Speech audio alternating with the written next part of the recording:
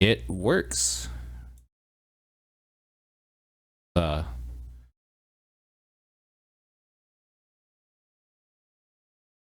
God damn it, I hate not Twitch, Twitter's little, like, when I post a link, it just, like, says the last thing I played or something. Dude, everyone fucking hates it. It's This is so not bad. a just you problem. It's all, like, for everyone, it's the last thing you streamed. It's fucking obnoxious as shit. This one isn't even the last thing I streamed. The last thing I streamed was Resident Evil. It's Neo on Twitter it's right now. old as fuck. Yeah. That's like 2-3 days now, technically, I guess. Whatever. Alright, we're live. We're back. We did it. We did it! So, yeah. I'm not asleep this time. You're not asleep this time, and I'm not playing Resident Evil 5 with a dude that I've been watching recently, and helping him not hate that. Yo, when I went into, I guess, like, I'll just say his channel name is, like, Indigo Viking. Yeah. He's been going through the Resident Evil games, which is how I found him, and he's been going through all of them, like all the numbered ones. So I was like, yeah, okay, I'll give you a follow to watch this sort of stuff. Yeah. He's on Resident Evil 5 right now, and when I went in there, he was just raging hard because he was letting AI Sheva, like, actually pick up ammo and health and stuff, and she was just wasting everything, so he had nothing for, like, some hard parts of that game. So I was just like, okay, let's do this. I'll jump in with you. So I do, and then we end up doing, like, 4 chapters in one night, because why not? Like, I've played that game before. Recently, in fact. So, but yeah, that was super fun. I really like that game. That's a really fun game. Yeah, it seems like it. I own it, but I've never played it. What do you own it on? 360. Oh, okay. That's the one console I don't have it on. Yeah. I own that and 6 on 360 because at some point, like, after I'd watched 6 be played, I was like, realized how much I loved watching that thing. Yeah. I went out and bought that and 5. I think I'd also seen the Proton John's playthrough of 5. I think was the first time I saw the PJ experience. Yeah. I still haven't actually seen that. Because, like, when he played it, I was just like, yeah, I played that game before. Why would I watch him play it? It didn't even occur to me. Like, of course I play Resident Evil 5. Like, why would I watch another person play it? I should probably watch it, though, because I like watching people play games I like. So, yeah. I don't know. That's a fun playthrough. Nice. Yeah. And that's where a lot of memes came from that I still don't really understand, but I play along with when I'm playing with him. So, it's, yeah. It's actually weird to me how many of John's memes for live streaming came from that Let's Play, which wasn't that popular, a Let's Play, compared to his other stuff. Was it not? Because most people who say they've seen a Resident Evil game say they've seen 5 and they watched that video. I mean, when it was coming out, it was, like, much lower than, say, Superman. His Superman Let's Play is way more popular. Oh, sure, yeah. I mean, that's his thing, though. Like, that's what he's... Like, it's built up, right? Which is... It was just a transition, because it was like, he'd been working on that, and they were fucking... Those videos are impressive, but they clearly took a lot of work. Yeah. And then, like, for sure. Resident Evil was one of those things of, like, he had done this full playthrough and was, like, putting it out regularly, and, like, had a complete regular schedule release. Right, yeah. Yeah. Man, that Superman series, though, Jesus Christ. Like, yeah, a lot of editing does go in that, and I know that, like, it, like, paralyzes him just saying, like, thinking, I need to get another Superman out before I start another thing because of the way the internet has treated it. Yes. Like, so, if the internet wants anyone to blame about him not having a regular upload schedule, you can all blame your fucking selves. And reality. Because, I mean, there are also technical issues, but... Oh, sure. I mean, I'm pretty sure... Like, a while back, he had to switch laptops, too, and lost a bunch of footage, like... I think he had to Yeah, he definitely had to switch laptops. I think he had to switch carts at some point too. I think. Oh well, he has like 5 remember. cards, so that's no big deal. Yeah.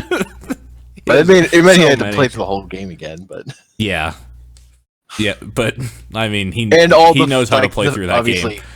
Yeah, the failed attempts of figuring that out, that was the issue or whatever. I don't envy it. Annoying. I don't envy the one thing that like I'm kind of known for and people are looking forward to is a terrible fucking game that takes a lot of work to do a video on. Like, that's kind of a no-win situation, to be honest. Yeah. But, yeah. So there you go. Internet can blame themselves for his irregular upload schedule because you paralyzed him with fear for releasing anything that isn't fucking Superman. Oh, well. The trials and tribulations of John.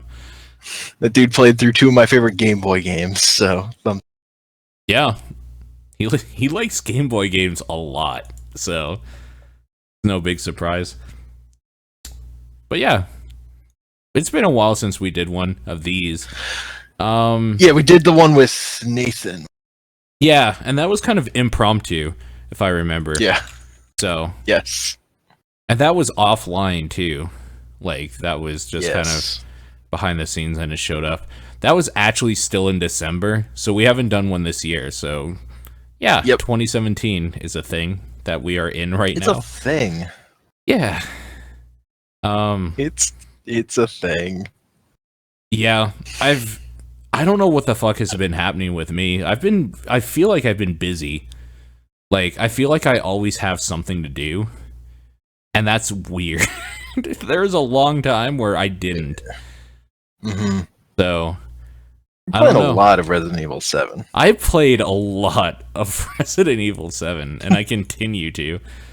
Like, whenever I see people say, we're going to start streaming Resident Evil 7 this weekend, I'm just like, bitch, I've beaten it like so many times now. This isn't even news anymore.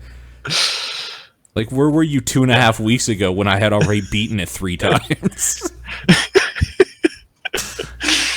I still haven't beaten it myself. That's fair. I know you've seen me beat it many a time, though, so it's just kind of at that point where you have to do it at some point. And I've watched other people play through it also. Oh, this is the thing, is that, like, even though I've played that game a lot, I've watched so much of that game.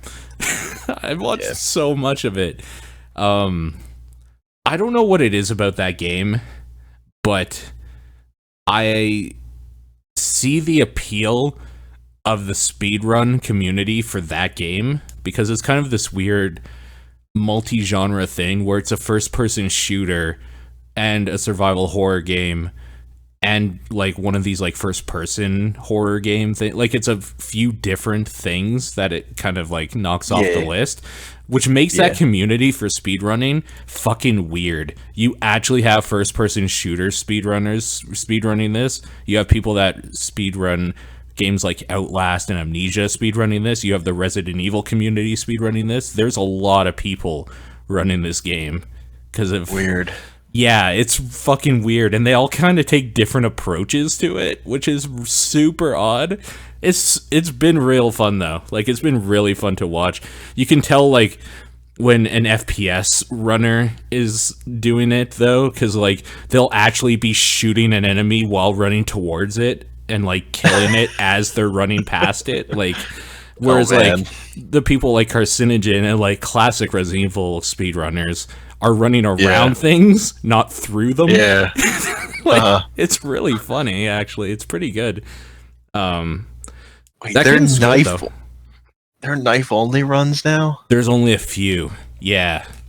There are like 8 on speedrun.com now. There's 8? On easy, and then there's 1 on Madhouse. Okay, the one on Madhouse is the one I was interested in. That one took 2 hours and 41 minutes, though. But they really fucking did it. That's really not bad. Yeah, that's like it's like an hour longer than the easy run. But that's fucking crazy because Madhouse is fucking stupid. Like, that is a legitimately hard run. Is the Madhouse runs. But it's kind of the way to play that game, honestly.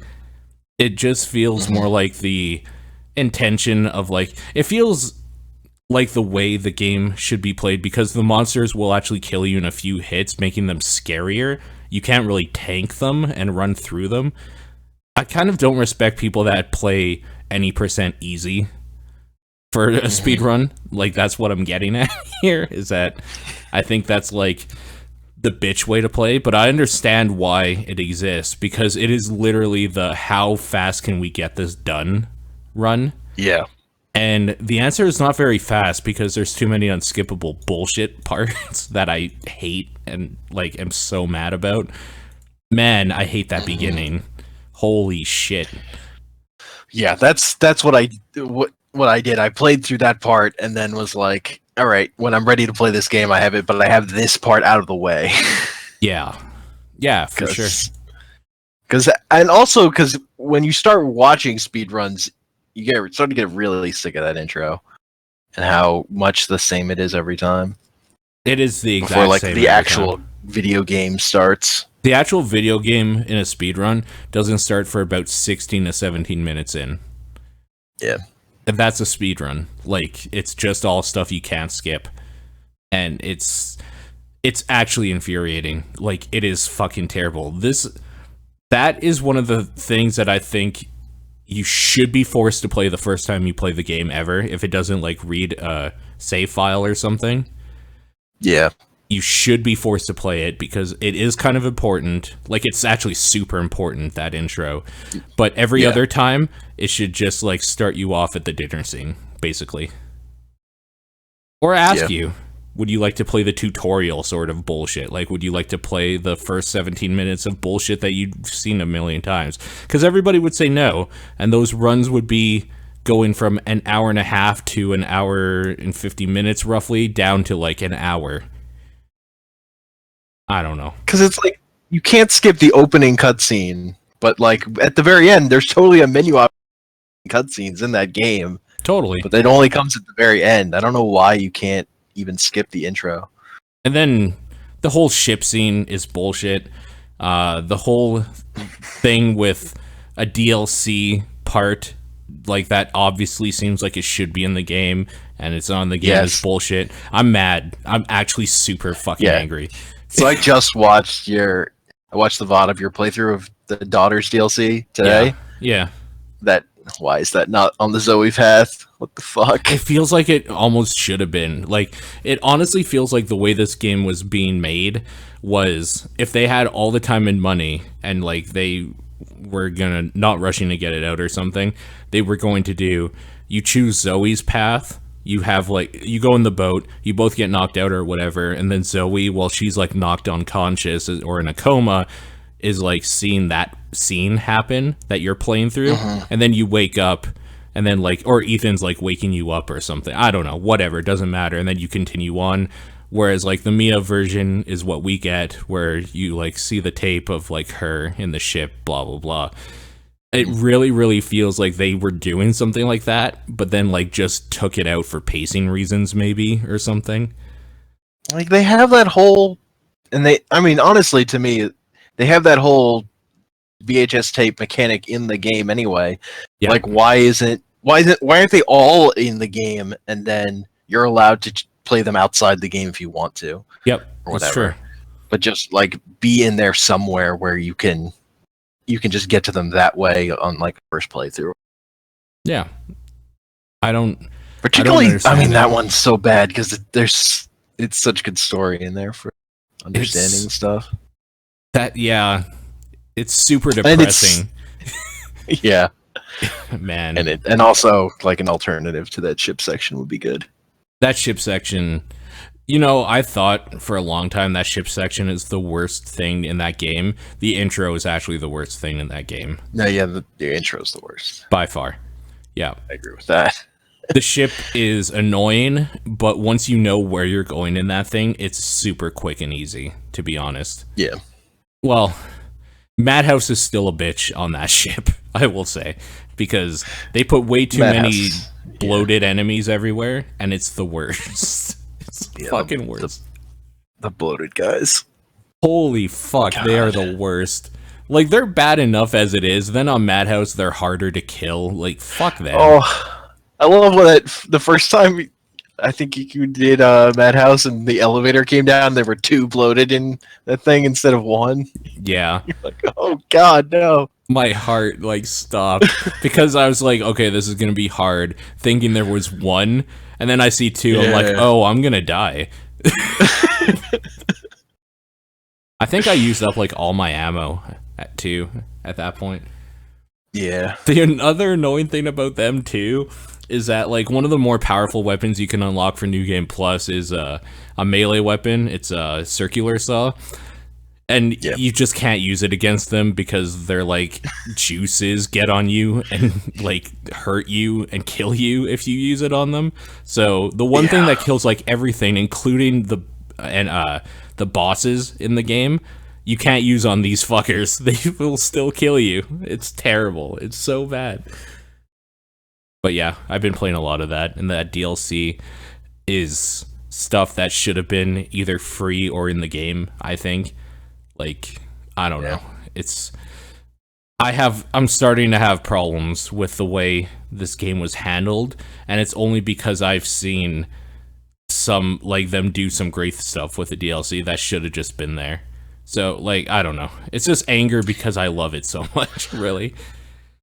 Yeah, it's also just, it feels like that's how AAA games are now a lot of the time. Yeah. If it's actually a full big release of a thing, they're gonna try and hide as much stuff in the DLC as they can. Yeah, that's true. If it's not especially if it's not like a multiplayer game that's charging you a season pass and all that other shit on top of it. Also, games are are what they are, their regular price, but there's also all these other costs that are more expensive. It's frustrating. I should really do a speed run. Any percent PC Madhouse new game, because 6th place is 7 hours and 10 minutes, and I think I could beat that game faster than 7 hours and 10 minutes, and I could take 6th place from this dude. Nice. I could be in the top 10 because there's only 6 people right now in the leaderboard. I love that a dude like did it in 7 hours, and so like, I'm posting this. Yeah, and he's like, on there. I fucking did it. But to his credit, when he posted it was 16 days ago, and he was the only person with a time up for it. Mm-hmm. So that's fair enough. Just for some context, I guess, for people listening, since then the top 3 are within 2 minutes of each other at an hour. The top has an hour and 50 minutes and 29 seconds, and 3rd place has an hour and 52 minutes. So, like, yeah, they've narrowed it down since the 7 hour, dude. They figured those guys were busy routing it while that dude was just fucking hammering. It's actually true. Way at it. It's actually true. The top 3 dudes are speedrunners for this game. So they were actually like doing the rooting when this guy was just submitting his score. So there you go. That happens. The 100% Madhouse New Game Plus I like a lot. Like, I really like that one. I like seeing somebody play that game fully, picking everything up, reading all the files, quote unquote, reading all the files and everything, like, in less than 2 hours. I think that's really cool. I really like that one.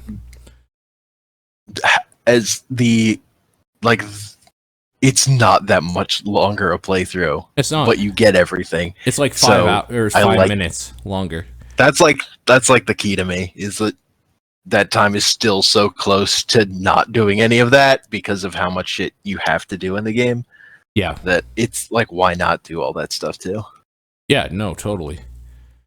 The fact that somebody has knife-only Madhouse, like, is actually just disgusting, and I hate it. I hate it so fucking much. Carcinogen tried a Madhouse knife run, and it didn't go so well. He raged and fucking shut his stream off. Wow. Yeah. You know who did it? The two fucking bloated in the barn. He couldn't get past it. And he has a thing on his chat now that's exclamation mark knife only, and it basically just is like a thing that says, I didn't finish it, no, I'm not going to do it again. Oh, wow. And some people, like, a dude was even like, for $250, would you do it again? He's like, no, I won't. He was, man. Yeah, he's. I mean, when that dude gets mad, he gets mad. That dude gets salty. Like, yeah, for sure. Yeah. He gets tilted as fuck. So, I mean, good on you, I guess, if you're really that pissed off. Not even money's gonna buy you off. That's pretty good, I guess. But yeah, that game continues to give, specifically because I have it on PS4, so I've been playing the DLC content as it's been coming out, because it came out, the first pack came out a week after the game came out. The game came out January 24th. On January 31st is when the first DLC pack came out for PS4 only, and then just 2 days ago, as of this recording, February 14th, the second DLC pack for PS4 only came out. So played that, and then next week on the 21st is the day that stuff comes out. Both packs come out for Xbox and PC, so I'll be playing both of them again on PC. And hoping to look into the issue that my PC's been having recently, playing that game specifically, where it doesn't like it at all. It really doesn't like it. So, we'll figure it out. When does the Not a Hero thing come out?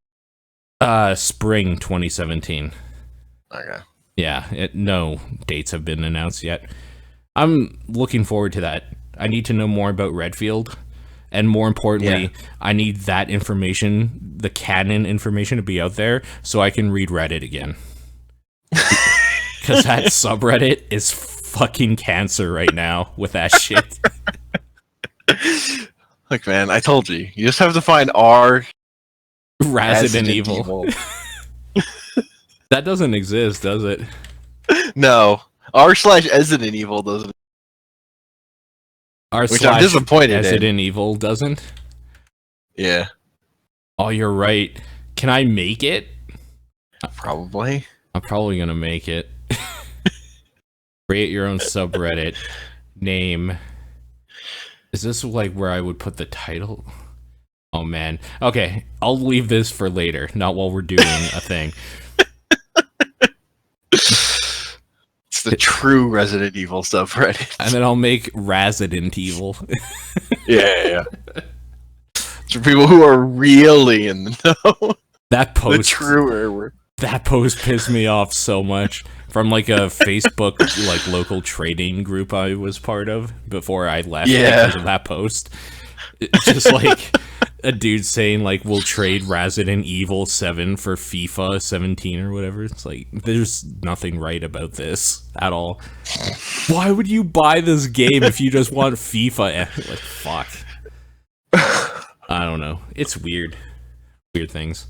But how do you like Resident Evil 7? Like, you've watched a bunch of it and you played a little bit of it. So I fucking love the birthday puzzle. That it's whole really good thing with the VHS tape. That like everything else the game does is like justified because of that thing to me. Sure. That thing is so cool. I wish there was more of that in the game. I wish they did that again. What do you think of the bedroom DLC? The bedroom DLC is cool. Yeah, okay. It's like, that was a cool another thing. Escape room, so that's why I wish it were part of the game. Yeah. Again. Like, is the big thing. I think that thing's less cool as as a standalone thing than it would be as part of a bigger Resident Evil game, honestly. Sure. But like it's a still Saw cool. game, basically, like in Resident Evil. Yeah. Yeah. Yeah, no, the birthday thing is really cool. Especially that it has like real like benefit to you as the player in the game Whereas since like you saw the tape, you know what the like outcome is. So when you get to that part, you get to just like bypass all of it. Yeah, that's super satisfying when Yeah. you see that go through the first time, and then that you don't have to get the VHS tapes on subsequent playthroughs because you've already gotten that knowledge. Right. That's all good stuff. That actually would have been cool if Bedroom was implemented in the same way, because in Bedroom, the way you escape at the very end is you go under the bed thing. Like, if that was a tape to show you that that's like how you get one of the puzzle pieces or something in the main game, that would have been cool. That like there's a thing under the bed. Yep. Oh well. Oh well. Yeah. They didn't do it. No. I wish they had done more of that. Yeah, they saved some good stuff for the DLC, which is awesome and terrible at the same time. Yeah. Yep. It is what it is. What about playing it? How do you feel like actually controlling it? I don't know. I'm fucking bad at it. I'll say, in the extent that I went down to hell, as you call it, which is like the basement area where you first find a bunch of molded. It's so bad down there. I went through it like twice and was like, all right, I'm more feeling it. It's real bad, and it gets worse the second time you're down there. So bad. Yeah. Whereas I really like the part where you're like, where the dad is chasing you around and you're trying to figure out ways to get around him. Like the very beginning. Yeah. Yeah, well, like the beginning of the actual game, I should say. Like, not the actual beginning. Yeah. Yeah, no, that stuff's actually really cool. It breaks down a little bit when you realize how he's programmed, so you can just, like, juke him always. I mean, you could juke him always, except for when you go past that wall where he's programmed to walk through it. Yes. Oh, even fucking knowing that's coming, it still fucking got me, kinda. No, it got me too. It got me watching a dude play that part, and I knew it was coming, but he didn't, and he freaked out. It was so good.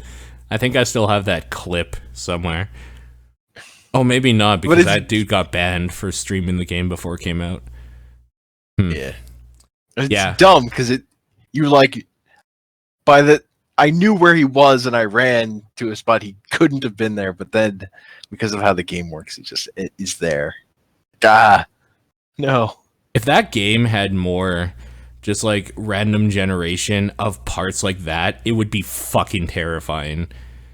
That would be like, I actually don't think I could play it because of the stress and the paranoia of just like you're walking to get something and a dude comes through the wall at you. Fuck that.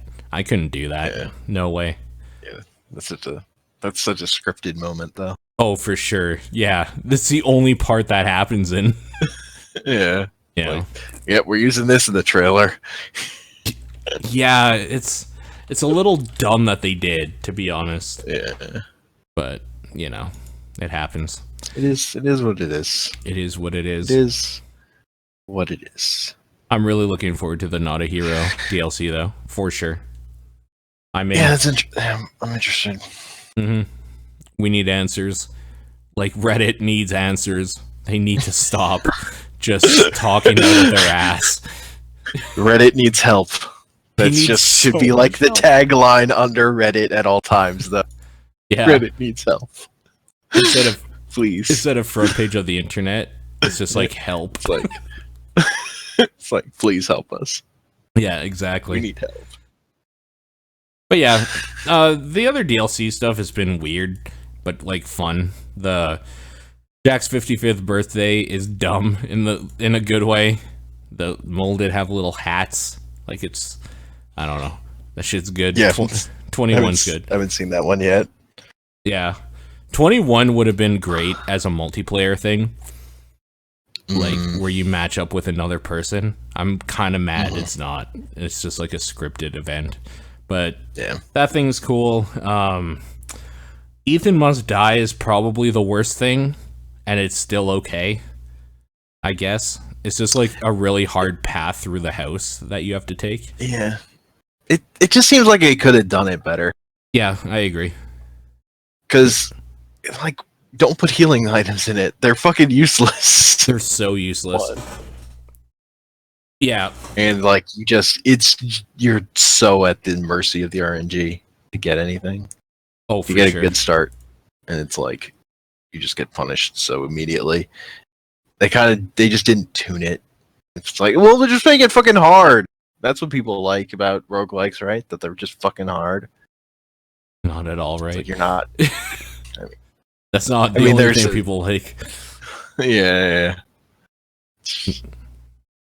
I mean, there's a subset of people, a smaller subset that probably do just like it for that, but that's not everyone.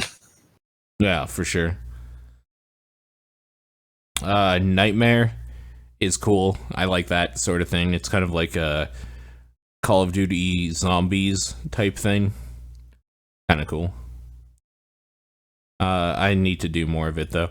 I don't know that I'm ever gonna get all the trophies in that game, because I'm starting to finally burn out a little bit in it. I played it a lot though. I went pretty hard. So, but whatever. I've been having a decent amount of time with Fire Emblem recently. Yeah, you have. Yeah, so Fire Emblem Heroes came out on Android and iOS, on mobile devices, I should just say. And I downloaded it because it's free, and I was like, yeah, this will be a fun little thing, I guess I'll play while at work. And I played a lot of it at work when I downloaded it that day. Like a scary amount, and I was just like, this is really fun. And then I was trolling people and saying like, why didn't anybody tell me Fire Emblem was good and blah blah blah. But why didn't anyone ever Fire Emblem good?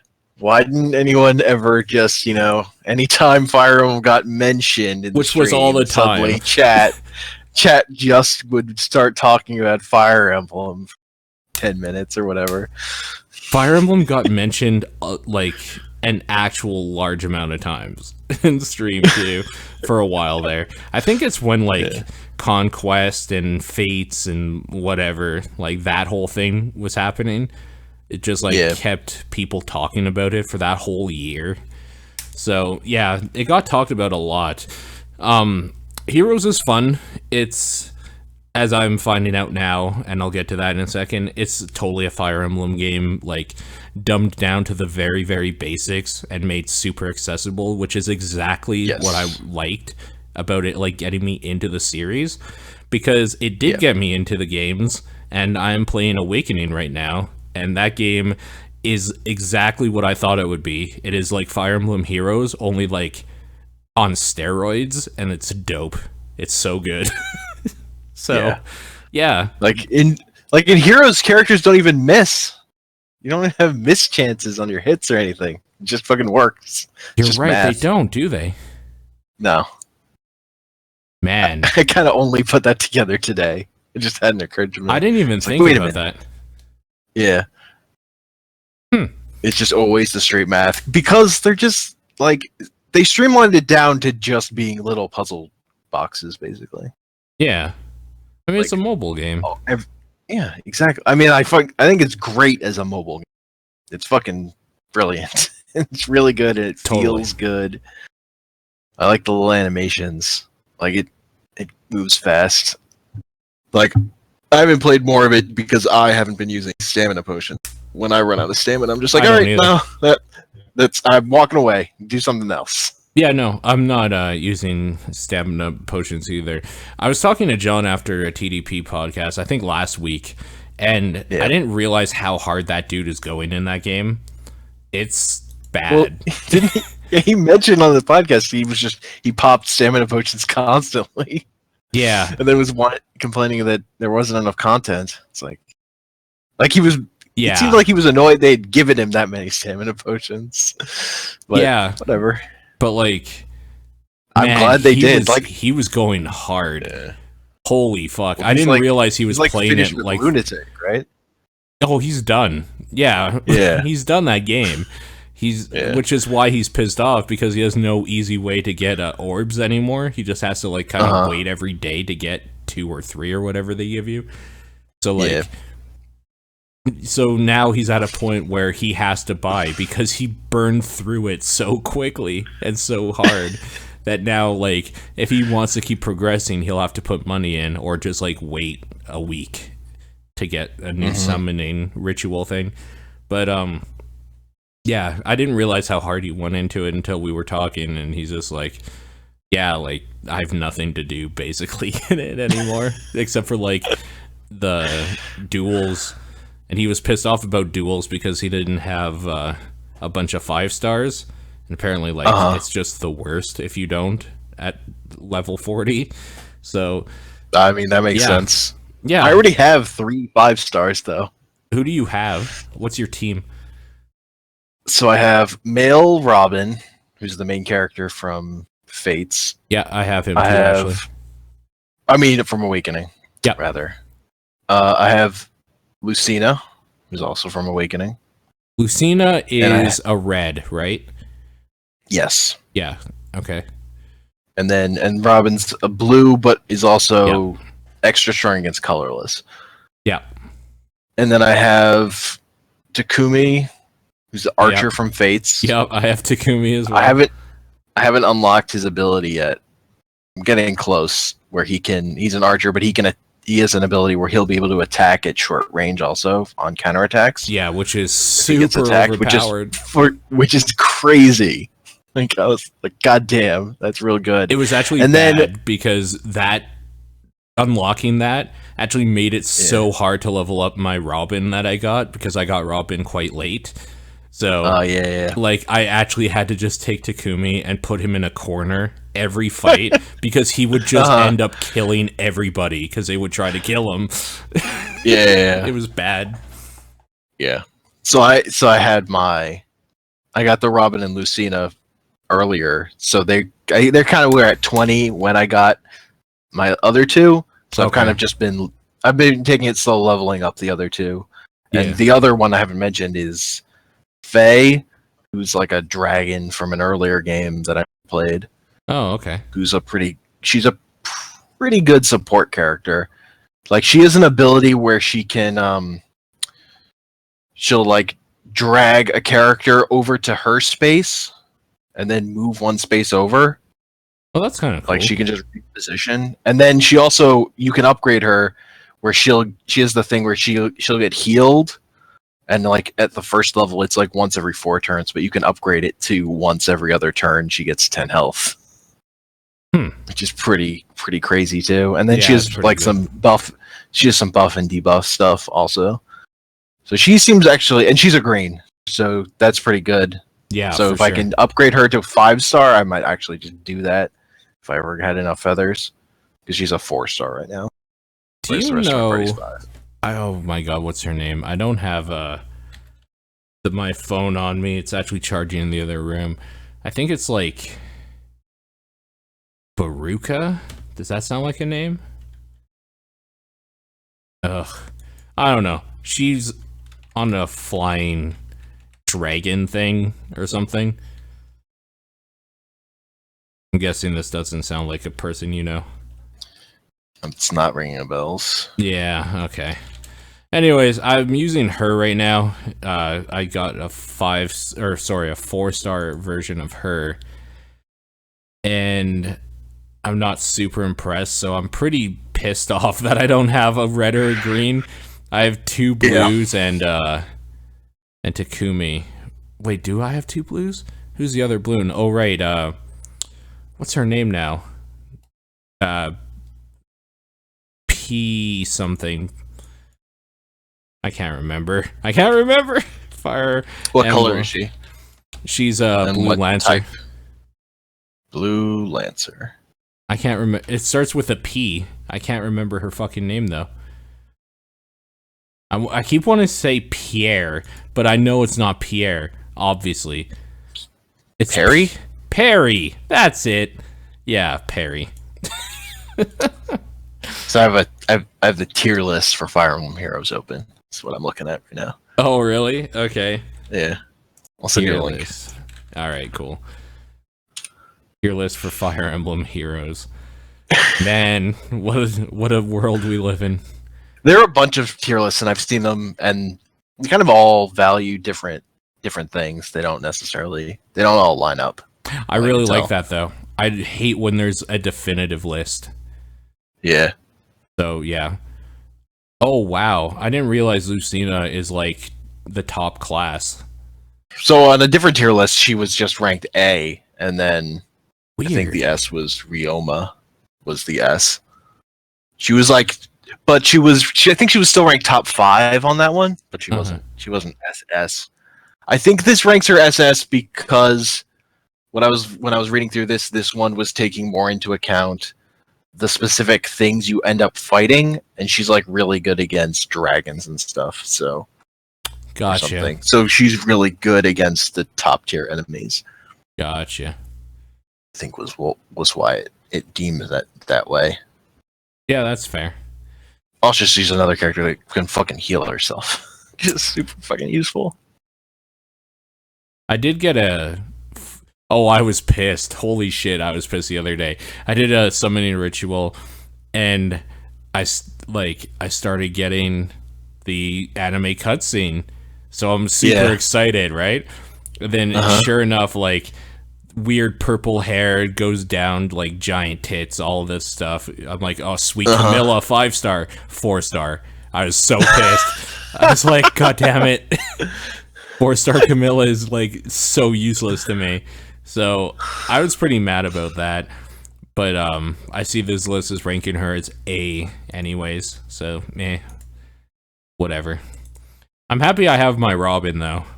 I am like I was actually surprised how quickly I was able to level up Robin. He just like kicks the shit out of stuff, like real so fast. Good. It's really crazy. I would really like a dancer of some sort, or like, you know, like a quote unquote support class of some sort would be real nice. I don't think I'll get one, but it's fine. Yeah. I mean, now that I have 2 characters that can heal themselves that are my frontliners, I feel okay not having a support, particularly because you only have 4 slots. Yeah, fair enough, for sure.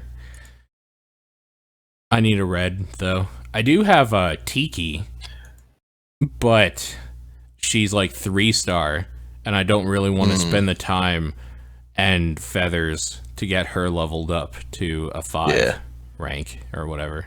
Yeah. So before I got Takumi and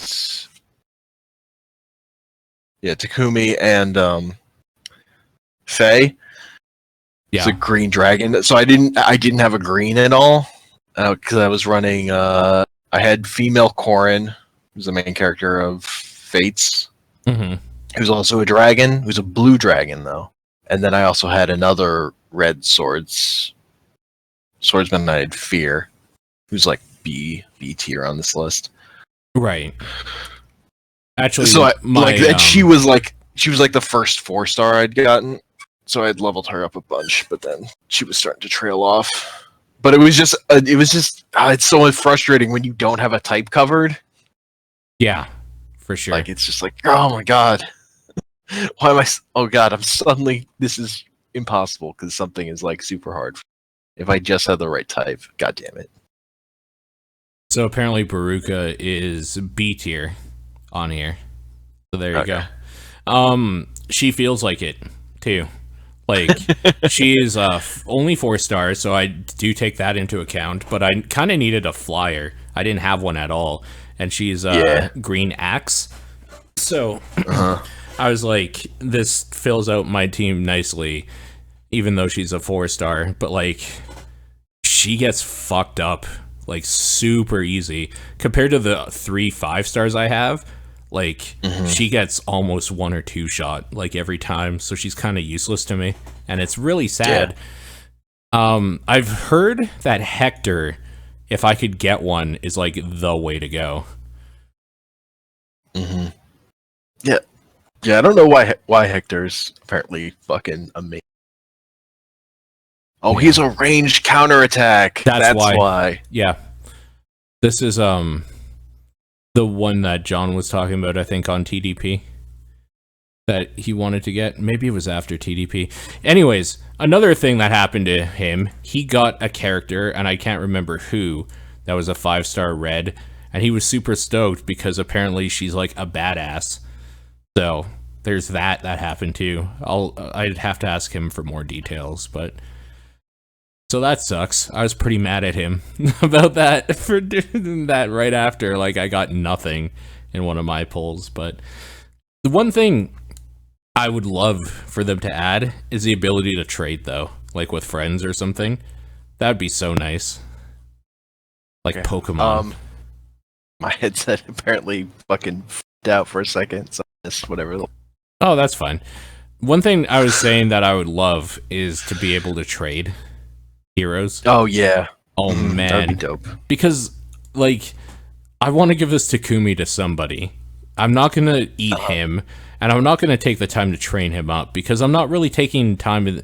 Like, this isn't a sit down and play game like it is, like, for some other people, which is fine for me.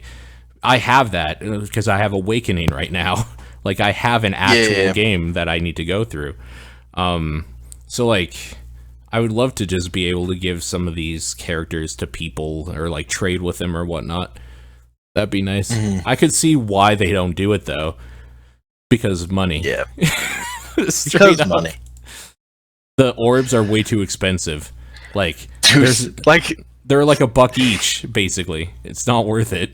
It's kind of nice, because it's like, oh, this is actually just, it's inviting enough in the ways where I'm playing it, but it's brutal in the ways if you actually wanted to spend money on it, that I'm just never gonna spend money on it.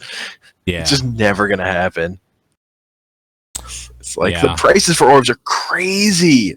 And when you're playing through the game, you're getting orbs easily enough. It's just that at a certain point that runs out. Yeah. But once that runs out, I'm like, I'll be done with I'm not gonna play this anymore then, I guess. Like, if I've played through all the story stuff, all the missions, like, I'm just gonna be done. Have you not been doing any of the, like, training stuff at all? Where it's just, I've been doing training. I've been doing training missions just to level people up. Oh, okay. Yeah, that's like probably fair. To level. Yeah, for sure. Yeah. I get that. And there are special challenges I haven't gone to just because I didn't want to get into those till I was, like, comfortable with my team. Sure. In terms of getting them, like, I've kind of, like, I had 2 people at level 1 and 2 people at level 20, and I kind of needed to get them on the same page. Sure. So that's more what I've been slowly working towards, and I didn't feel like blowing free-to-play currency on things. It's like, I'm enjoying playing it. I might as well let this ride out for however long it takes. Are you playing it, like, on the go now, or are you still playing it through BlueStacks? I'm just playing it through BlueStacks. It just crashes all the time on my thing. That sucks. It's annoying. But, like, on the plus side, one of the things that... But and either way, it's an always online. So yeah, I was going to say, one of the things that, like, I know you guys that have commutes in, like, big cities and stuff always complain about is going underground for the subway and stuff. Like, this is an always online game, so you'd be fucked anyway. Yep. It is what it is. It is. And what it is a fucking fantastic representation of an actual video game in a mobile form that works to the strength of both what the real game does and what you can do on mobile. It's actually the perfect mobile game. They fucking did it. They did. Wow, Nintendo, you did it. Yeah. You did it. You know what's not probably going to be that good, but I don't know yet because I haven't had access to play it, is Mario Run. I'm sure it's not going to be that good, especially knowing now how, like, good a game can be when it just works properly on the device. Like, a tactics game is perfect for, like, a touch screen. A platformer where you just, like, or an endless runner that you tap to jump because there's, like, platforming elements sounds kind of shitty. Like I don't think I'm gonna be too into it. I mean, there was a reason I wasn't excited for that mobile Super Meat Boy game they talked about making that never came out. That would have played that same way. Yeah, it's like, okay, I've played just endless not that runner interesting games on it before. They're okay. Yeah, I don't know. The things about Super Mario Run is weird. There's like Mario automatically jumps over enemies. That is super weird. So it's more like a puzzle game, right? Because you have to try to find out like where to put him so he gets all the stuff in the level. Yeah, it's way more about collecting the specific coins that are in the level, and then there are like 3 stages of difficulty for that, where you're through the same level to get all the coins. Right. And I've like played through the free stuff, but I've like gotten all the coins in the first 2 levels, and then didn't get them all in the 3rd level. So I was like, yeah, I'm not gonna buy this. That's enough of this for me. Actually, the Toad Run stuff is okay, which is just like get as many coins as you can through this run, and you try to beat people's scores or whatever. Sure, it's okay as a free thing. I actually think just playing Toad Run is like totally fine and whatever. It's crazy that they tried to charge $10 for that thing. That seems crazy for what that thing is. You know what's not crazy? It's whatever. It's how good Fire Emblem Awakening is. I mean, it's real fucking good. It's really fucking good. It's like, so now that I knew what I was getting into, I was excited. A little nervous though, because one of the problems, or one of the things I was thinking is the thing I like about Heroes how simplistic it is. Like, am I gonna like it if it's like this big blown out RPG, tactics, dating sim, weird narrative, like fucking visual novel thing? And the answer is yes. I fucking love it. Like, it just feels like everything in between the good tactics gameplay is just like candy that I get to enjoy after doing a good job. Like, it's hard to explain, but I think people that have played the game probably know what I'm talking about, where it's like, this game is super punishing so far. Like, it hasn't really, like, given me any quarter yet, because I haven't, like, really been able to customize anything. Like, I'm just kind of rolling with the team that they give you right at the beginning, facing enemies that can one-shot you if you fuck up and stuff. So... like, it's kind of stressful. It has that XCOM thing of I can miss even though I have like 90% chance to hit or something, and it's fucking annoying. One of my characters that's supposed to like be able to take a hit got crit and got killed, and that was super annoying. Just shit like that. Yeah. But then when we get through it, the characters are so good and I love them and I just want them to hang out with me. Like, I really like them. So I'm having a super fun time. I'm not getting through it very quickly because of just the like amount of shit there is to do right now for video games. Yeah. But it's been a nice little treat to come home and like do a mission and watch a few cutscenes and like meet a new character here and there or something. And yeah, it's been really cool. I'm really, really glad I got this game. So there you go. Yep.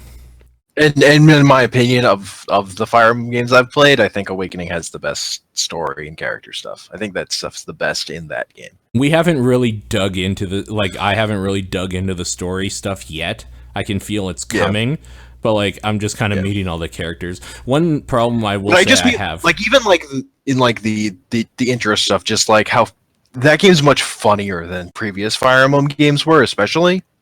Like just like the humor stuff and the banter is better there than it was in the games that had come out before that. Gotcha. For sure. Like that was a big standout of that game to me. Gotcha. One of the things I will say I have a problem with though is that two of the first characters you meet are Crom and Lissa or whatever, his daughter, or not daughter, his sister, younger sister.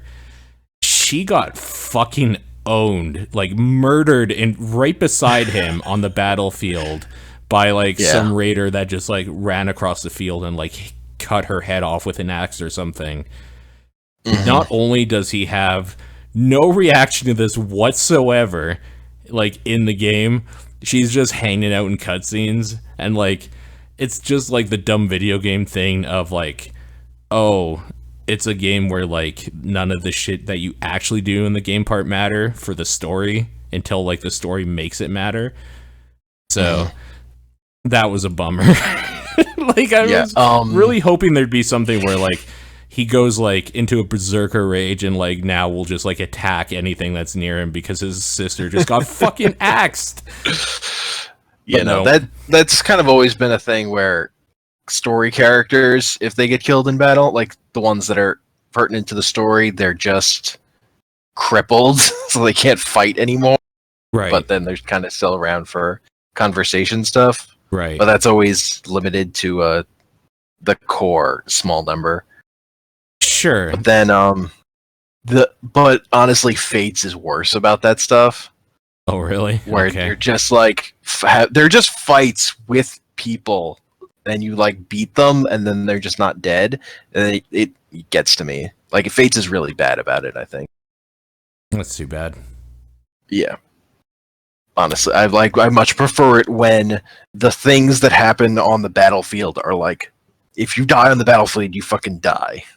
I prefer that, but they kind of Fates doesn't follow through on that idea. I mean, that is how I'm playing this. It's the same way I play XCOM games. Yeah, I didn't so. notice that in Awakening because I was like the first time I played Fire Emblem with not letting people die. Before that, I'd always let people die when it, like, to an extent, it was like, can I get by without this person? I'm just gonna fucking keep going. Sometimes it's like, oh, I can't deal with it. I have to retry. I just fucking have to. But like, yeah, but like a lot of times it was because I would be having a lot of trouble because I was like hadn't played those games a lot. So it was just like, oh my god, I fucking got through. All right, I can accept that person died. It fucking happened. Just fucking move on with life. I'm gonna be honest with you. I don't even know how to retry at this point. It's just like what happened was she died and I was bummed about it. And then I continue on. The next mission I fuck up and like 3 dudes die, but like I'm still going. Then I shut off the game, or like I close the game for the night. The Game Boy dies when I get back to it, so I plug it in and I have to restart from the beginning of that chapter where I saved. Yeah, that's how you retry. You turn the fucking thing off and you go back into where you saved. Okay, so all I have to do is let the battery run out every time I fuck up, is what you're saying. I go to the fucking 3DS home screen and just shut off the software and then start it up again. And now back on really the Game Boy Advance, I would just switch off the power and switch it back on. And now I'm really worried because I met my first Pegasus Knight person I get to control, and there's archers everywhere, and I'm gonna be super careful in this fight. It's fucking scary, and it's so easy to fuck. Because I learned from Fire Emblem Heroes how much flying units fucking hate archers. Yeah, they just get fucking destroyed. Yeah, so I'm gonna play that one pretty close. Have you been using like the feature that shows you all the dangerous area? I have been now. When I can't remember who it was. I feel like it was Wayward in Discord said that I could do that. Yeah, because so that's like super helpful. So I'll turn that on. I'll see all the dangerous area, and then like if there are specific enemies you're worried about, you can like just click on them individually also, and then they'll show up in a darker red. Oh, I didn't know that. Yeah. That's super important to know. Yeah. Okay. So that's super helpful to make sure you're fucking if you're trying to be careful, like that, Yeah, that's going to be helpful. And scary. It's super useful with archers. Yeah. That game's been fun though. Yeah. I'm a believer. I understand now. I still don't understand how deep some people have gotten into these series. I've had a few arguments with people where I don't know where I'm talking about, but they're pissed because I said something. Like, so I don't know, man. But I mean, it's Twitter. That's fandom That just stuff happens. and stuff. Yeah. Yeah, I'm used to getting into weird fights with people on Twitter because I usually say something dumb to see if I can get a reaction, and it's real easy to get a reaction on the internet. So You mess with people's anime waifus. oh my god, I haven't even done that yet. I gotta do that. I didn't even think about messing with the waifus. Oh man, all right. But yeah, no, it's been super fun, and I am excited to know that there's like a huge community of people, even like that is easily accessible to me through like the Discord or Twitter or whatever, where if I have any like questions or problems or want advice, I know like I'll get a bunch of various answers for it, and that's like super awesome as well. As much as I don't really want people to tell me how to play the game, because this is kind of like on my own time, like away from internet backseating stuff, the fact that like I have the option if I need some help, I know that there's like people that know their shit, is like encouraging as well. So that's cool. Yeah. And if you're going slow with that game, there's a lot of game to it. Although if you let people die, there's less of it. Yeah, I mean, but I understand that for sure. Yeah. But like that's kind of what YouTube is for too. Like, let's not get any weird like. I mean, I don't even mean story stuff. I just mean like actual a mission you can play. It's just lost. Gotcha. Like basically one specific side mission for characters. Gotcha. It's kind of how it works. Like, I should make one thing clear content here too, is that as much as I'm like loving the game and stuff, this like next couple months are super fucking packed with games. So I'm not hurting for like content right now. If I miss something, I could revisit it maybe. Like that's the thing. You're playing your first Fire Emblem game. You shouldn't worry about it. Right. That was my fourth time playing through one of those games, and I was just like, when I played through Awakening, that was when I was like ready to start taking it more seriously. Sure. So I played it on Lunatic and reloaded if anyone died. That sounds like the most insane way. That sounds like a bad way to play that game for me. Well, so what I also did though was I had the DLC that let you grind experience and gold more easily. So I took advantage of that to balance it out. So because on Lunatic on Awakening, some of the leveling up more, right? Well, I think it means AI is more like aggressive and a little better, and it also just means numbers are bigger. Oh, okay. So like the early missions before I could start grinding that stuff, when you're kind of locked in, were real brutal. Sure. So honestly, when I first played Awakening, I wasn't I had a similar thing to when I first started playing Fates of like, I'm not feeling this as much as I want to, kind of mostly because I was playing in a stupid way. It's just because, that was how I felt like doing it. Yeah. That's what I decided to do. Did you finish it that way? I've finished Awakening. The only thing I haven't done in Awakening is the last piece of DLC. Okay. How much DLC is there? There's a bunch. There's a lot of bonus missions, but there's one big final piece of DLC they did that's real story focused, whereas the rest is just a lot of it's bonus missions focused around other Fire Emblem heroes. Because there's like a whole you're like recruiting magical card versions of Fire Emblem heroes from games past, and then there are also like extra classes you get from stuff or certain skill so you can only get from the DLC. But then you can also like recruit other characters through Street Pass, and you can recruit you can kind of get any other old Fire Emblem character that ever existed in that game if you really want it. But the thing is, those characters can't form bonds the way the main characters can. Gotcha. Okay. They don't have like personalities to form connections with people. Gotcha. Except I think your main character. They can. I think they all can for your main character, maybe. Also, apparently there's a beach episode. Yeah, there's also like a fan service pack of one that's like Halloween. Yes, I'm in. Like there's a hot spring. Of course there is. And you, of course there is. And you, it's like you go to a certain place on the map, and then it shows you a picture of one of the characters in a bathing suit. Great. Yeah, that's all right. But you know, it's in a tactics battle. It's fucking weird. But yeah, I did that. I mean, I'm in. I don't even fucking care. I like fan service. People need to chill out about that shit more. Yeah.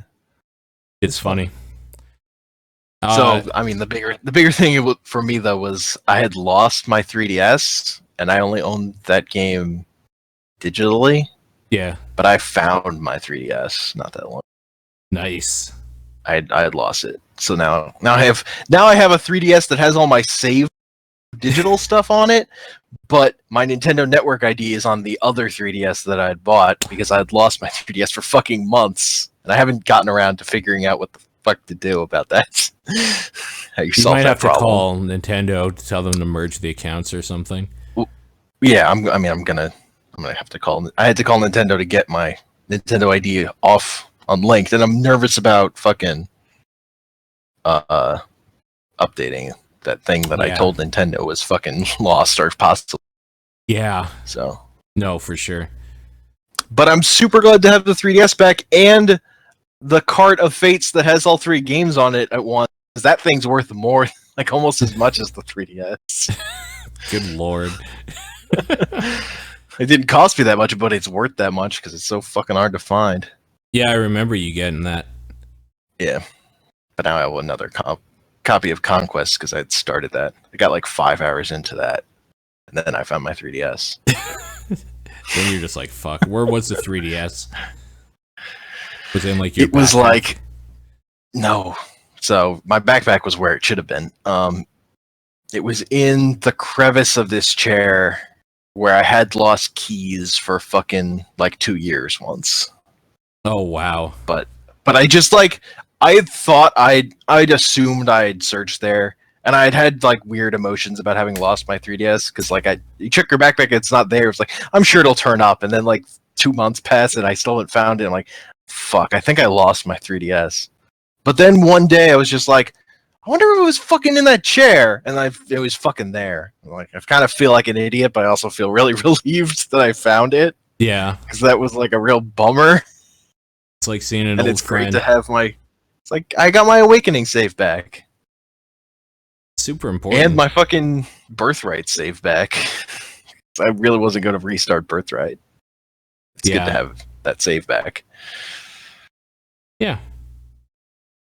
The savior kind of hits what I was getting at before.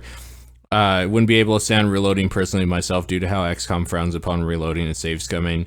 Like, I grew up with XCOM, and yeah, that's a thing.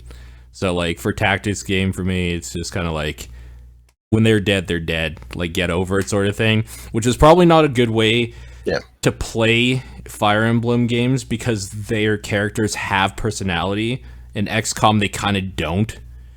So, it's kind of a different thing. Maybe I should actually consider this a little bit more, because you're right. It's kind of like, as I'm kind of talking myself out of playing this the way I play games, because, like, I like these characters, and I kind of want to, like, see what else they can do and, like, level them up and stuff. In XCOM, you just have, like, military dudes. You have a dude with this gun, dude with this gun. You don't have, like, a Crom with a little sister, right? Like, unless you make that story. Yeah. So for me, the best part about the permadeath in Fire Emblem, way it changes the way you play a map, in that you're not just throwing your units out there and like winning a war of attrition. It really forces you to act strategically and like protect your weaker units and that kind of thing. Yeah. But my whole thing with the permadeath thing is it's all about where you want to draw the line, because at some point at some point it's going to be harder to finish the game if you have, trained out people, because there's like a limited number of people theoretically, although there are plenty of ways to recruit like magical card soldiers or whatever in Awakening. Sure. But also it's like Fire Emblem can be hard. So at a certain point, if you're playing through a mission and you're like, you've spent a long time on it and someone dies, it ends up being like, oh man, I didn't want them to die, but fuck, I just really want to finish this mission. And sometimes the wanting to finish the mission is going to win out, and you're just going to you just go, oh, fuck it.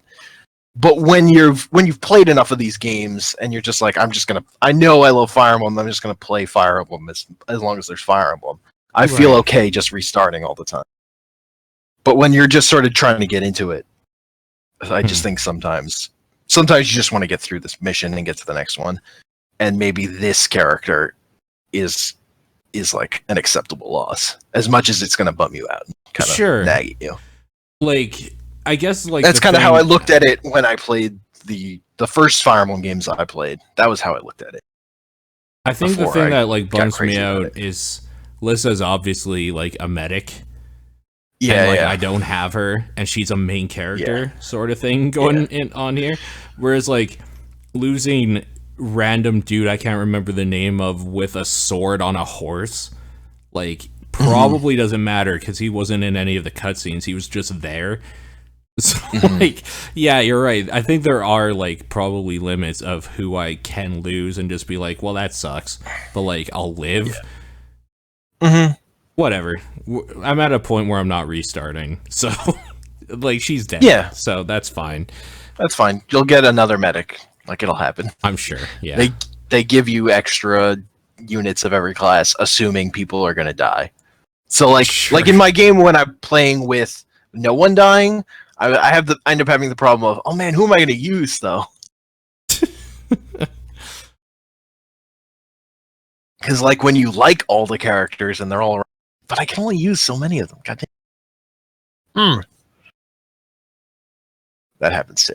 There are a lot of characters from what I've seen, so I can understand this. There are a lot of characters. Are there a lot of characters because they die off, or because there's just a lot of characters? Like, what came first, the chicken or the egg? I mean, there are a lot of characters because they can die off. Like, there'll be multiple characters of the same role because you might have lost that one, and that's a role you need to fill. Like, you need a bunch of axe guys because you need a fucking axe guy at some point. You want some axe guy or whatever. Sure. Yeah. Okay. Some games they just give you a shit ton of Pegasus Knights because Pegasus Knights can die pretty easily. I mean, they could get one shot by an archer, right? Yep. Yeah. So. Yeah. So, what happens if you lose your character that you name? Is it game over? If you lose your character or one of the lords, like if Crom dies, it's just game over. Oh, if Crom dies, it's game over as well. Yeah. Interesting. Okay. Archers are fucking bullshit, by the way. I hate them. What? Archers are bullshit. I hate them. Yeah.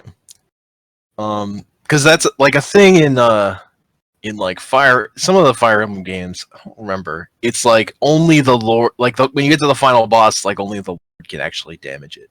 Sometimes. Oh really? Like only like legendary weapons can do any damage to the end boss. So I've played through Fire Emblem games where like I was like really nervous about using my lords because I didn't want to die. Early ones, and then I get to the final boss, and fucking only my lord can damage it, and he's fucking underleveled to shit. I'm like, fuck. That sounds terrible. Like I'm at the last mission. I beat it though. Fucking beat it. I mean, that's good, hard. But Jesus. But yeah, it was a bad time. Yeah. So that was the thing. Sure. But then that's like a weird thing. That was a weird thing to me about the GameCube game. That was the first one I played where like Ike just felt fucking powerful as shit, like immediately. Whereas in previous games, like the lords had always felt like they needed to be built up.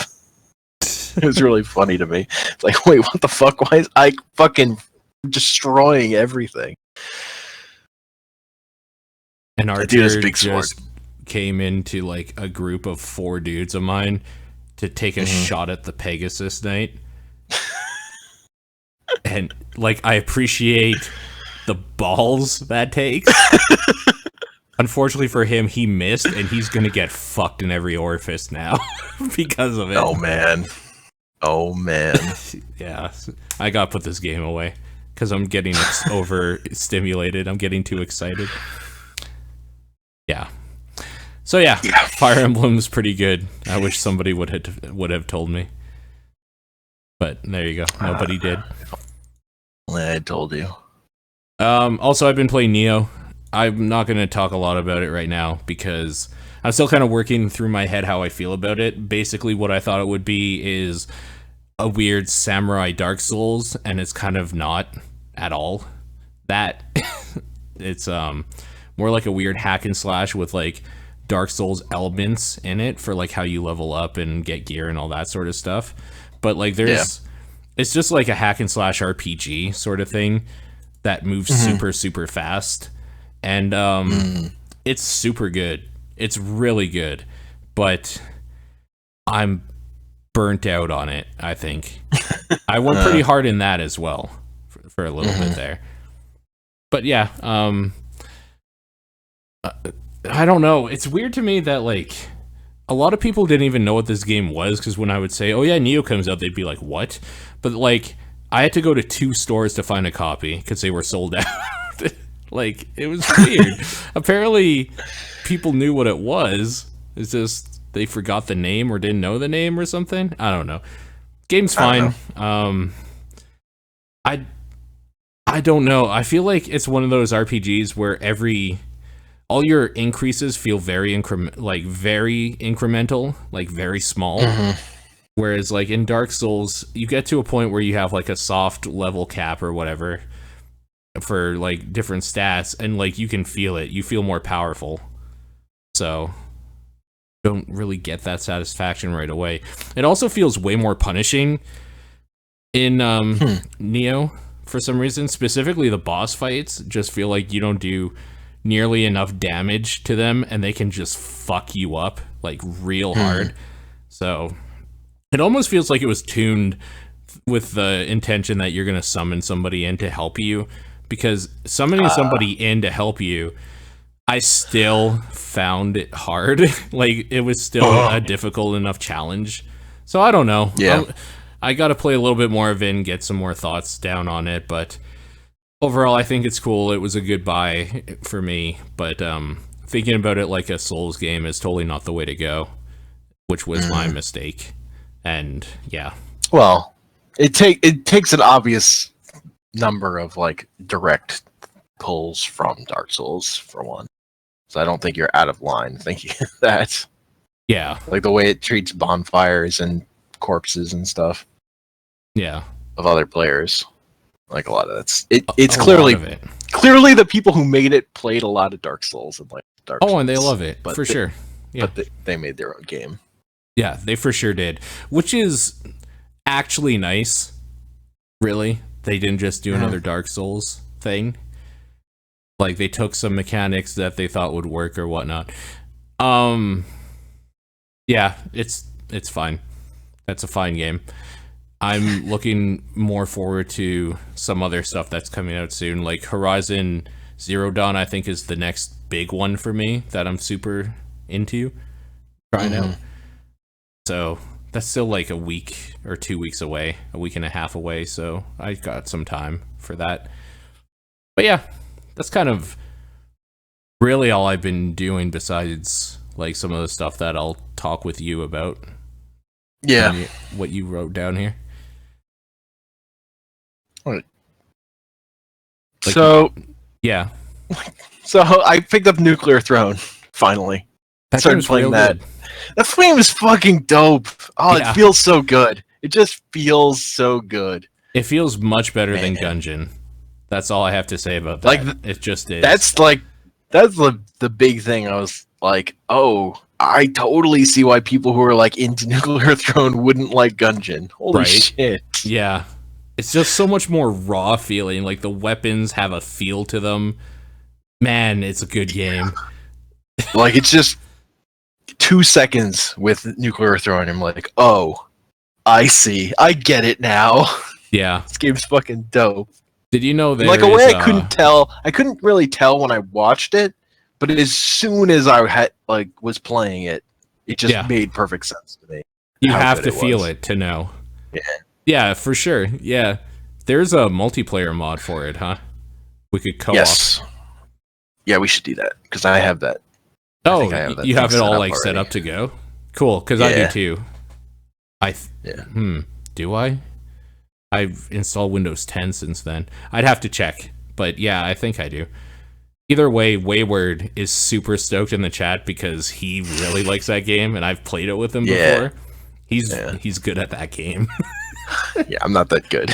Yeah, no, me neither. That's why I think us playing together It's would be fucking- fine. I can't play with Wayward because I'm just gonna drag him down. But yeah, no, that game's it's- real good. Speaking of multiplayer mods, Yeah, I tried out that Just Cause 3 multiplayer mod, and that thing works.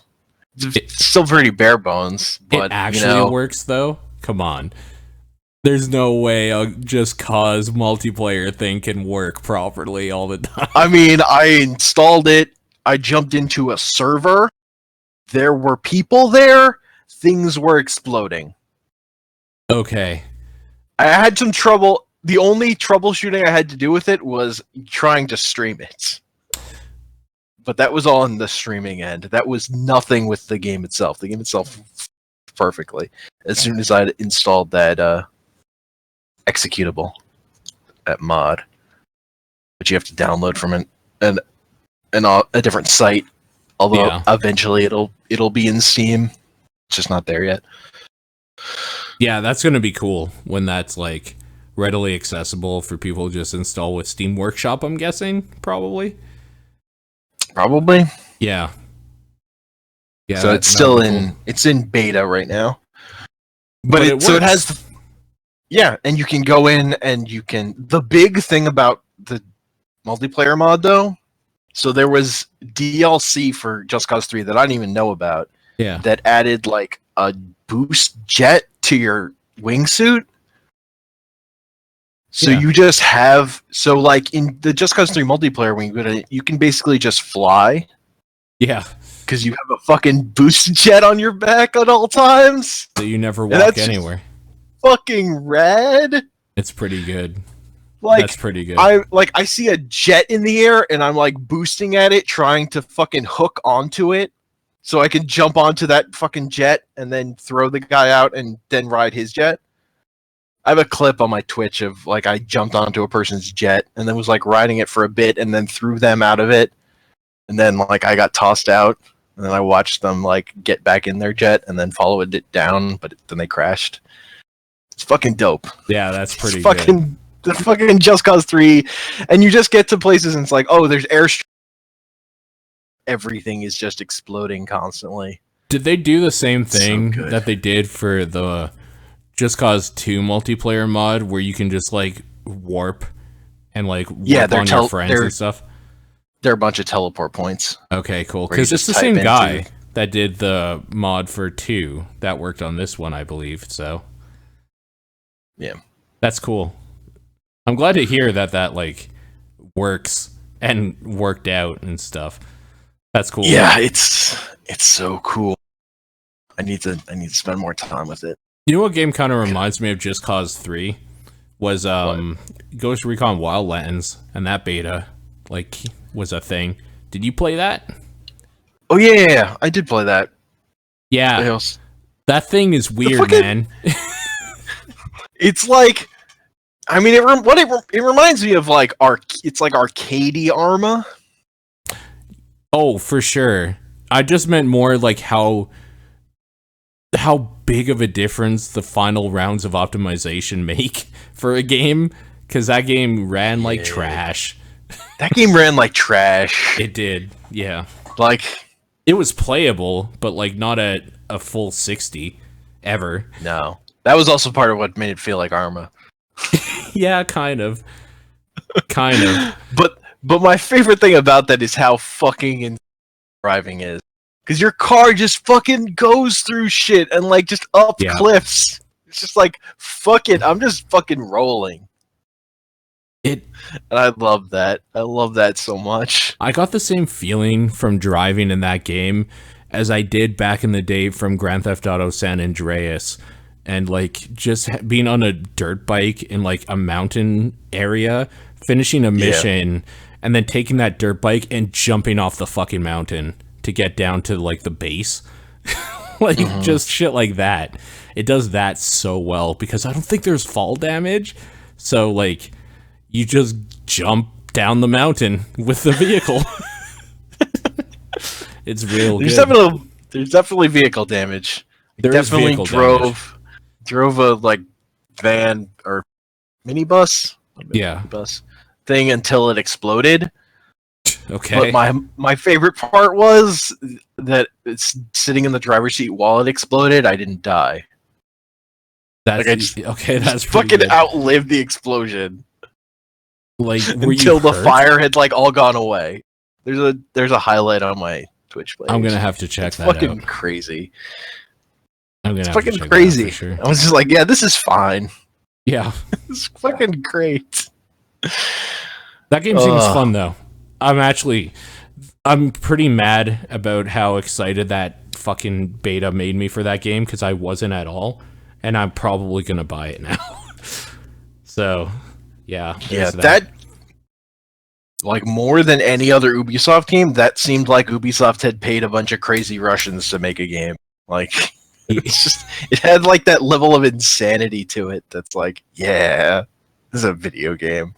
Yeah, but it's like has that Ubisoft money, so it's this giant online multiplayer thing too. It's like this Far Cry open world thing with an objective of taking down a bunch of like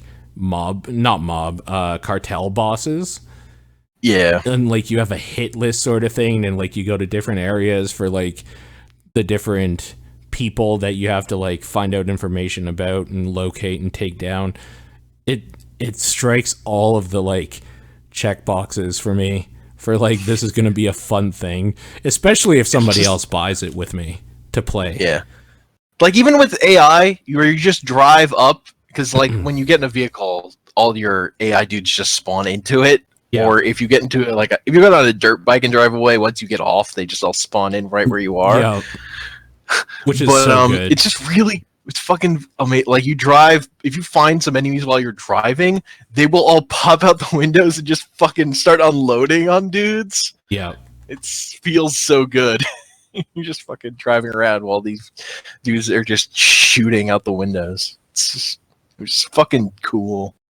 Yeah, I really, really liked the like assault or like start assault or whatever the fuck the button was. You push like a button for them to hang out the windows with their guns and mow down any cartel members that you drive past. It's really good. Yeah. It makes me kind of not want to play some missions with people and play with the AI, which is crazy to me. Yeah, that thing's cool. It's just like, and it's like, it just feels like a game I can get the thing like that when you and me just played GTA 5 online, but just fucking drove. Yeah. Like instead of doing like that's a game where you can do that and it would just be fun. Oh, for sure. That was like the best part of GTA 5, to be honest. Yes. I mean, that my favorite thing about GTA 5 online was just driving around the city online. Yeah, for sure. But yeah, that thing was kind of cool. And another thing we kind of played together, and that was out in beta or whatever, was For Honor. Yeah, I played a lot of For Honor in the beta. Really, that game's fucking cool. That game I really like it as a fighting game. I'm pretty mad that it turned out to be a thing I want now. Yo, Ubisoft is real good at making like the kind of online games I want. I wish they were better at online services, but they make good games. Oh yeah, for sure. Their online service, yeah, it's that's pretty trashy. It's a bummer. But yeah, man. So For Honor, for anybody who doesn't know what that is, it's kind of this weird Dynasty Warriors meets Soul Calibur intense sword fighting game thing. Yeah, like there's different game modes. It's all in about, it. but like a lot of it is built around the idea of like kind of one-on-one fighting, right? Based on like positioning in terms of up, left, or right. And then there's also a way that works if you're fighting more. It works slightly differently if you're like fighting two people, Right. where it's just left and right is just based on where people are. So it's like got all these fighting game elements that are sort of simplified into like a slower, methodical thing. But then there's also like a mode that has fucking a creep wave in the middle, push back and forth, and you're capturing points. It's just fucking cool. I think it's really cool. Yeah, I really like it. Yeah, I still haven't got it, but I'm going to at some point. Yeah, I just haven't done it. Just haven't done it yet. I'm 100% sure I'm going to get it as well. I don't know, man. Like, if you and somebody else that we know got it, I would probably get it to be like a third or fourth so we could play together. But yeah, as it stands right now, like, I'm waiting for a sale. Even like 20% or something, like anything off would be really good for me. What would be great is if Ben could do whatever the fuck he did with The Division and get it for 2 cents and then just give it to me. That would be awesome, but barring that, I don't think Newegg's gonna make that mistake again. Yeah, I'm sure they ate some shit for that, for sure. No, it's really cool though. That's really cool thing. It's like the best fighting game out there for me, because I'm not very good at the like fighting games where you have to do like these weird like inputs and like read the opponent and all this stuff in like a split second. It's much more methodical in this game. Yeah. And it's just kind of badass. like, yeah, like I've just, been stab a dude. Like I've been paying attention to a bunch of games that have tried more simplified versions of fighting games, and like this is easily the most interesting, most compelling thing I've seen. Oh, for sure. Yeah, I'm super stoked about it, actually. It's just, like Wayward is saying in chat here, it looked like something I'd check out if I wasn't already swamped in games. So, I mean, the reason I didn't buy it is because fucking Lucio just came out. And then there was an event of playing 15 games with friends in Heroes, just playing as a Warcraft hero gets you a mount for the in mount. Heroes and a mount and a mount in WoW. And the mount in WoW looks fucking better. The mount in WoW looks fucking crazy. Did you get your 15 games? I'm 11 out of I need like 3 more. But so it's close. like a 2-week. It's like a 2-week event. I have plenty of time. Oh, did it just start like today? Yeah, it just started this week. Oh, okay. Okay. So That's I'm just not so bad. I just wanted to get it over and done with, so I don't have to worry about it. Yeah, no. And I was just having fun. I was playing with Ben and K-Head. Yeah. One of those guys is cool. Basically, I'm saying fuck Ben. Piece of shit. Oh. I banned him today. I noticed. For like a minute. It was funny. He asked for it. I was pretty upset that he was writing an essay. Because the whole reason... He didn't even notice. He didn't notice you banned him. The whole reason why I banned him and not Kick was because I wanted him to try to rejoin the server and then realize that he fucked up. But, like, he thought he only got kicked because he was able to rejoin right away because he was working on something, apparently. Piece of shit. Fucking hate that guy. K-Head's cool. I have no problem with K-Head. But, yeah, no, For Honor is very cool. I will definitely be getting it. If something spurs me where, like, a few friends are like, yeah, we got it, come play with us, then I'll probably be like, yeah, okay, I'll eat up the cost, otherwise it'll be on a sale, and yeah, that'll be that. Yeah, for now, there's other stuff to eat my time. Oh, for sure. I played a bunch of the beta, so kind of got what I needed. That beta did what it was supposed to do. I've made the mistake where I've played too much of a beta and then bought the game immediately, and like that's what happened with the Division. I played too much of the beta and then having to redo all that progression at the beginning. Yeah. You and I played a lot of that in beta. I played like fucking 8 or 9 hours of that open beta, and then had to do that whole fucking 8 or 9 hours of that game again. It was a mistake. Yeah, Mistakes were made. That was a bummer for sure, especially because I did it, and like it would have been nice to just like be at endgame with people I play with, but it's fine. For what it's worth, you're not missing a whole lot for the endgame stuff so far that I've seen. It's just like replaying missions a lot, so there's that. I did pick up that survival thing on sale. I want to check out that, and that doesn't matter what pick that was. Yeah, I'm gonna pick that one up too. I do want to see what that is. I just haven't yet. Yeah. But yeah, I don't think there's anything actually coming out next week. For me, it'll be Resident Evil 7 DLC on PC again. So I have like another quote-unquote week off for gaming, which is good because Horizon Zero Dawn comes out the 28th and then fucking Zelda comes out 3 days later. So yeah.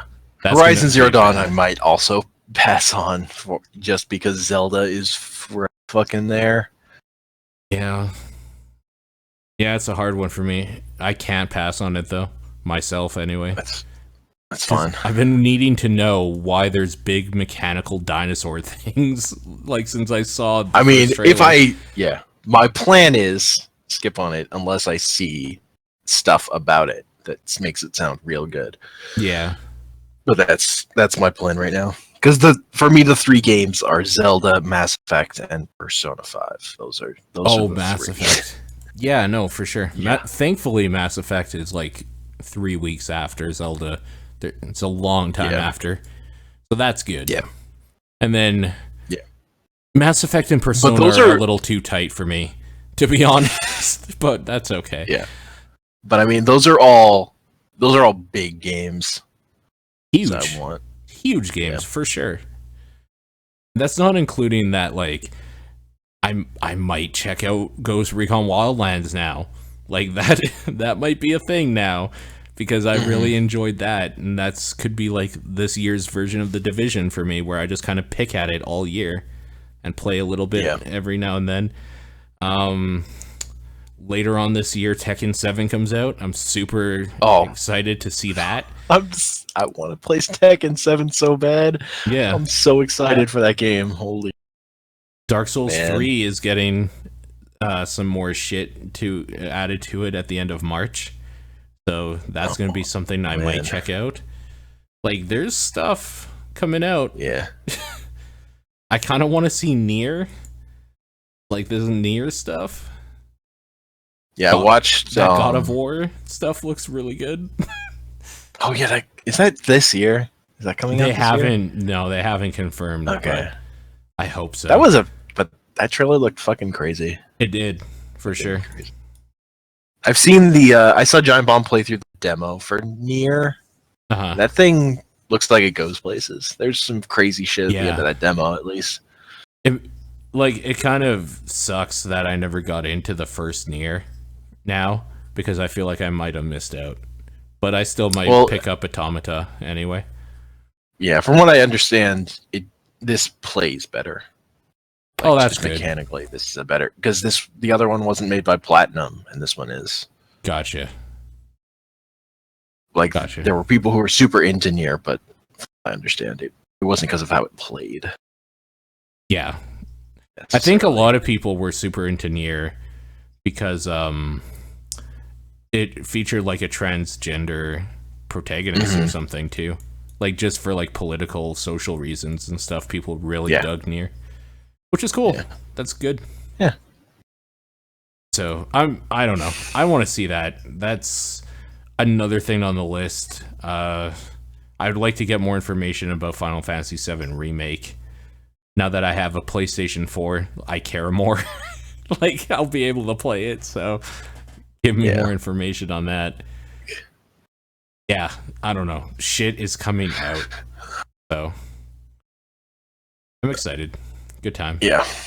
For me, it's Persona 5 is kind of all I care, but I really want to see that Mass Effect thing.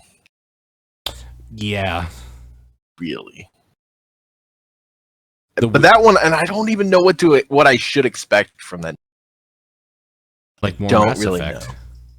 I guess. Yeah. I guess I should. What they've said was expect also along the lines of Dragon Age Inquisition, because that was sort of their blueprint forward in certain ways. Yeah. And I fucking love that game. I put 100 hours. So I'm okay with that. I'm also excited to play Mass Effect multiplayer again, honestly. That multiplayer is good. Like, I enjoyed that. It was fucked with boxes, but The blind boxes were really bad because it actually gave you upgrades. yeah. Like, it was really bad. I mean, yeah. I wasn't serious enough about it to pay enough attention. Like, I just blocked it out of my mind. Yeah. Enjoyed what I could play without engaging with that stuff. Yeah. But I'm super curious about the game. But you know what other game is real good? What? Dota 2. I mean, Dota 2 is really good. It's so good that it scares me into not playing it. So I've played I think I've played close to 100 hours of Heroes Dota 2 now at this point, which is insane to me. But yeah, so Dota 2 had a giant fucking patch, 7.0. They changed a whole ton of shit. They redid the map again. They added in, so instead of getting just stat boosts as one of the things you can put level ups into, they have a whole talent tree that sort of apes, in a simplified way, sort of apes Heroes of the Storms thing, but you only get them at levels 10, 15, 20, and 25 or something. There might be one more in there. I think that's it. But so it's but there are things like choose either you get 150 gold per minute for the rest of the game, or you get 250 health or stuff. There are all these weird binary choices on characters to push them in certain directions or whatever. Yeah, I did see some of that stuff and was just I'm kind of put off by that stuff, honestly, because it just seems like it's another layer on an already hard to know and master MOBA. So yeah, you can really min-max now, which scares the shit out of me. Yeah. It seems super, if you're deep in Dota, it actually seems super, because there's some of them are boring. Some of them are just oh, yeah, I do want plus 10 all stats. Yeah. Yeah. But some of them are crazy, cooldown reduction stuff. And they just open up stuff for different heroes. But some of them are super boring. I think Animage's was super boring because it was just yeah, Animage needs more stats. So all his talents are about stats. That's I think Purge's review was they should have just put more stats on Animage. And this is boring. They should just put more stats on Animage. Wow.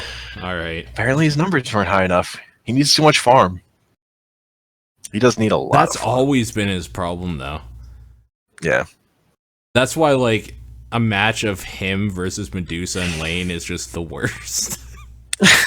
God, it's the worst. Medusa's the only hero I've seen that we were losing hard, and then Medusa finally got farmed. And then you won. Team, and marched down center lane and just won. Yeah. It's fucking weird, that character.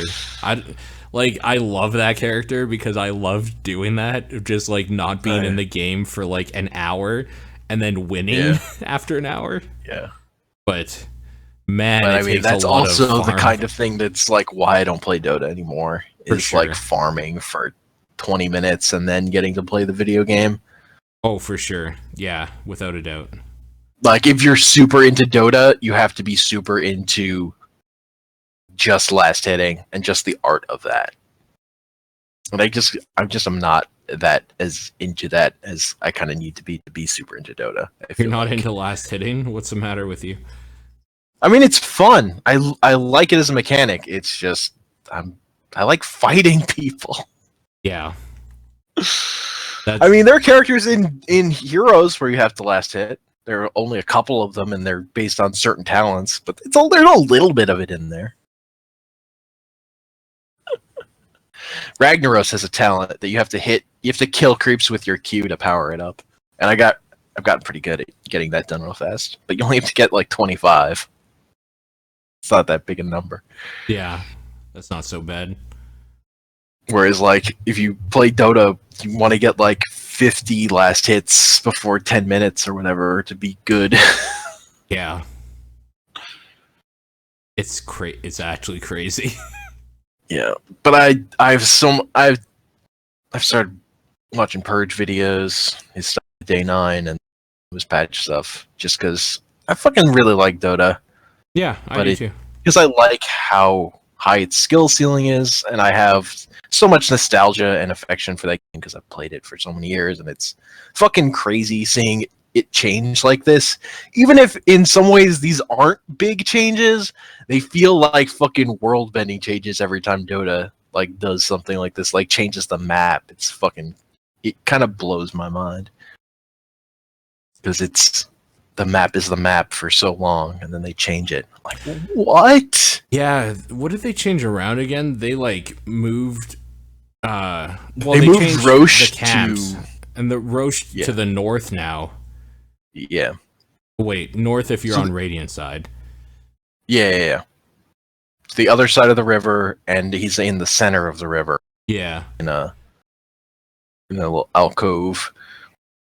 They redid the fucking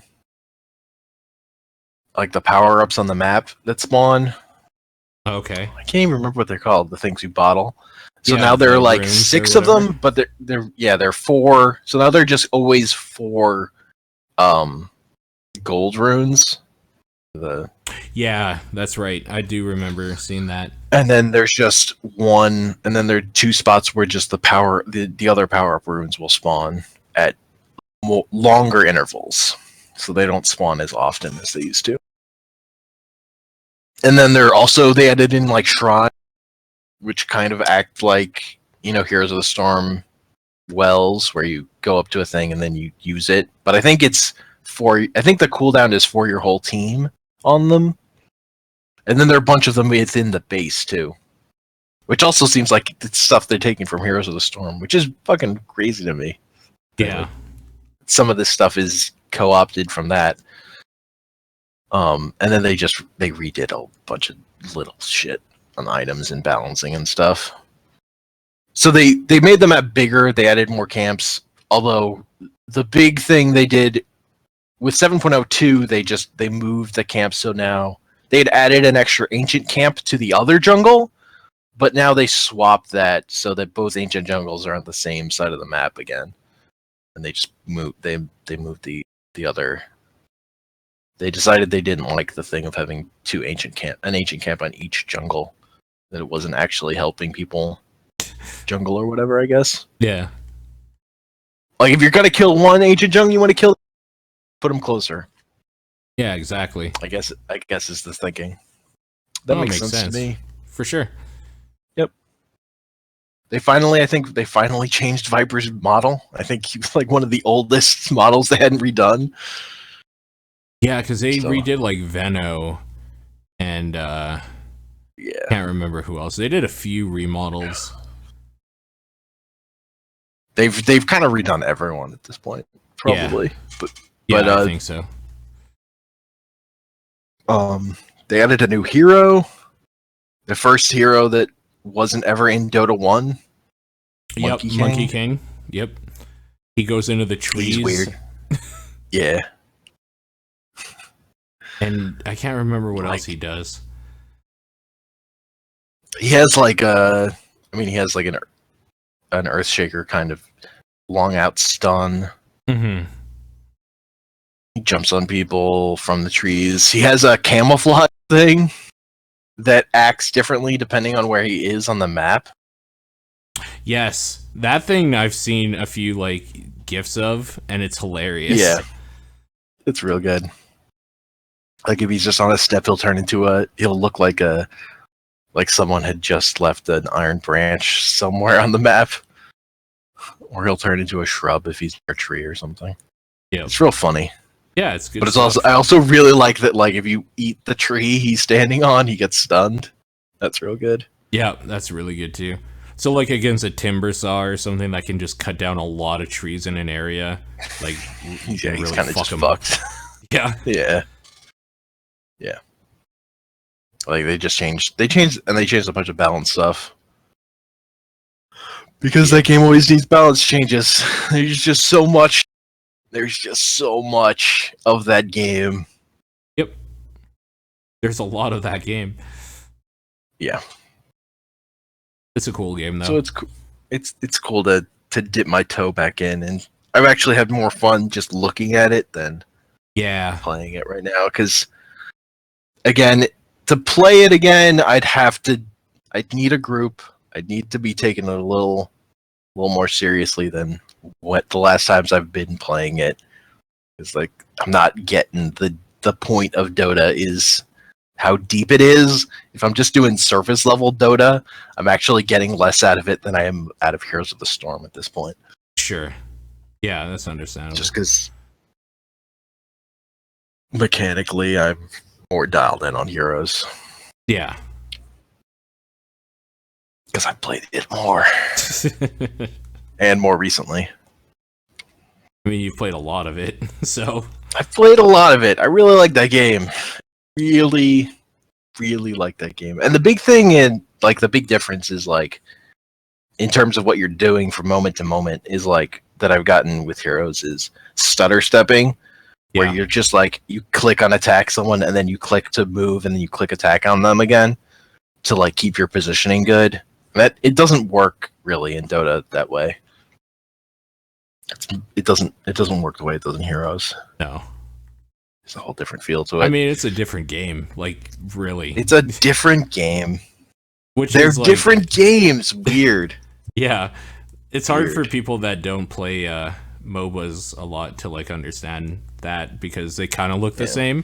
They're not at all. They're completely different classes game. No. And Dota is also super different from League. It's super different from Heroes, too. Oh, for sure. It's a whole different animal. Different games are different. From what I can tell, League is if you really like get farming and getting overpowered. That's like really the game for you if you like doing that. Yeah, from what I can tell. That definitely seems correct, for sure. And I kind of don't care about that, which is probably why I've never had a lot of fun playing League. Yeah. Yeah, that's the part of MOBAs I'm the least interested in at this point. Sure. I agree. Now, when I'm playing Murky and I hit level 20 and suddenly I'm super strong, then I like that. Yeah, of course. But I was like just doing Murky stuff the whole game, and then suddenly I could just kill people. Because I got Murk. I got swole. You got swole. Yeah. That's good though. That was yeah. I think after he had played the patch, Chewie tweeted out like a terrible drawing of like a super buff Murloc. It was like, these are my thoughts on the new Murky.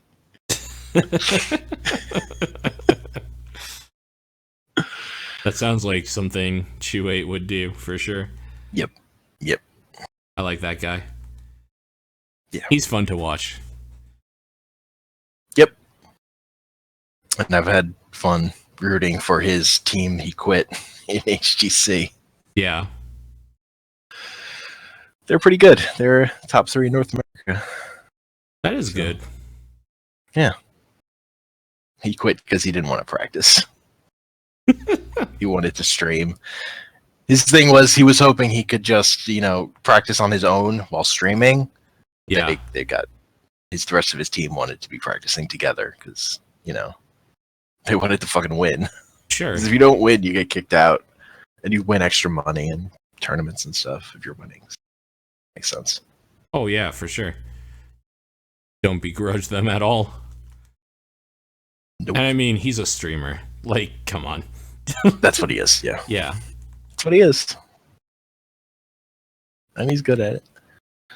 But that's it for recent video game stuff for me. Yeah. You did some year-end stuff though. You did Yes. a list or whatever. Do you want to quickly go through that? Sure. For 2016? For 2016, I'm 3D Homer's top video games of 2016 post on Burning Barrel. Go up after this is up. Like after this is done recording or after this is actually live on the site? After this is up. Gotcha. I'll put it out a while after this has gone out. Gotcha. Like maybe the next day. Okay. So I think will be my you did plan. a top 10 then? Like a standard? No, I did. I did Okay.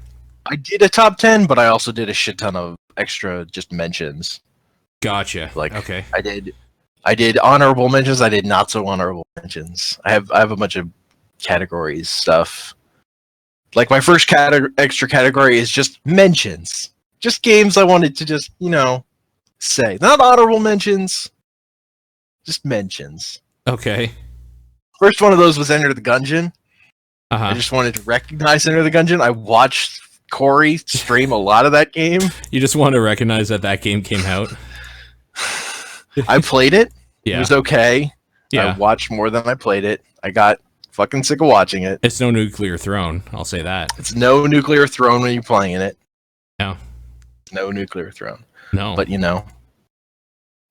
But like also thinking about it helped me think about roguelikes. okay. Like there were just things about how it worked that like just happened to help me think about that genre and what works about that genre and doesn't work about that genre. It clarified some stuff. Like even though it's unfair to compare it to Isaac, it made some things that Isaac does super well more clear to me in my brain Yep. because like it didn't do that stuff. Yeah. And just like a reason So it was for like- it actually was- picking up items and like how the runs can be changed by the items alone. yeah, Yeah. that kind of stuff. Yeah. Like it helped me that. So it was like an important thing that happened in the year. It's worth Sure. mentioning. Yeah, that's fair. The next mention was Stellaris. You're right. Which was That is a a- thing. That's a fucking giant game, and it seems really cool. And I'm just not gonna spend the time to really dig into it and find the coolest stuff. Yeah. That's But I Right. did make a race of space lice that called themselves human beings that were xenophobic pacifists that had an existential crisis when they first discovered alien life. So like half my population became pirates that then tried to murder me. that's too real. I don't like that. That was like in the 2 hours I spent with that game. That happened. That was pretty great oh and man. terrifying. They flipped out, man. As soon as we discovered alien life, they flipped. It's too real. They couldn't fucking take it. I wanted to mention Pokken Tournament. That game was Yeah. okay. Yeah, that's I the wish it were thing. Tekken. I fucking wish it were Tekken. Yeah. I mean, fair It's enough. not Tekken. No, it's not. I wanted to mention this is a game you liked more than I did. Stories: The Path of Destinies. Yeah. I thought it was a very interesting idea. Yeah, for sure. That's a cool game. I didn't love the Batman. I didn't love the Batman combat, but yeah, it's that's fair. it's a fucking and it's a little too samey when you play through it. The 4 times it takes to play through it, and that only takes 4 hours for me. That's how long it took for me to finish the whole thing. But it's a super neat idea. I appreciate a lot of things about that game. Yeah. I think it's worth mentioning. Yeah, I agree. And my final just mention was Darkest Dungeon, which is Okay. just it's too fucking brutal for me. That's a hard game, like man. as soon as I fucking lost a party, I'm just like, fuck this. Like it's like the ramping up back to even the point I was at just felt like too much work. But Mhm. its sense of style, like narrator is real fucking good.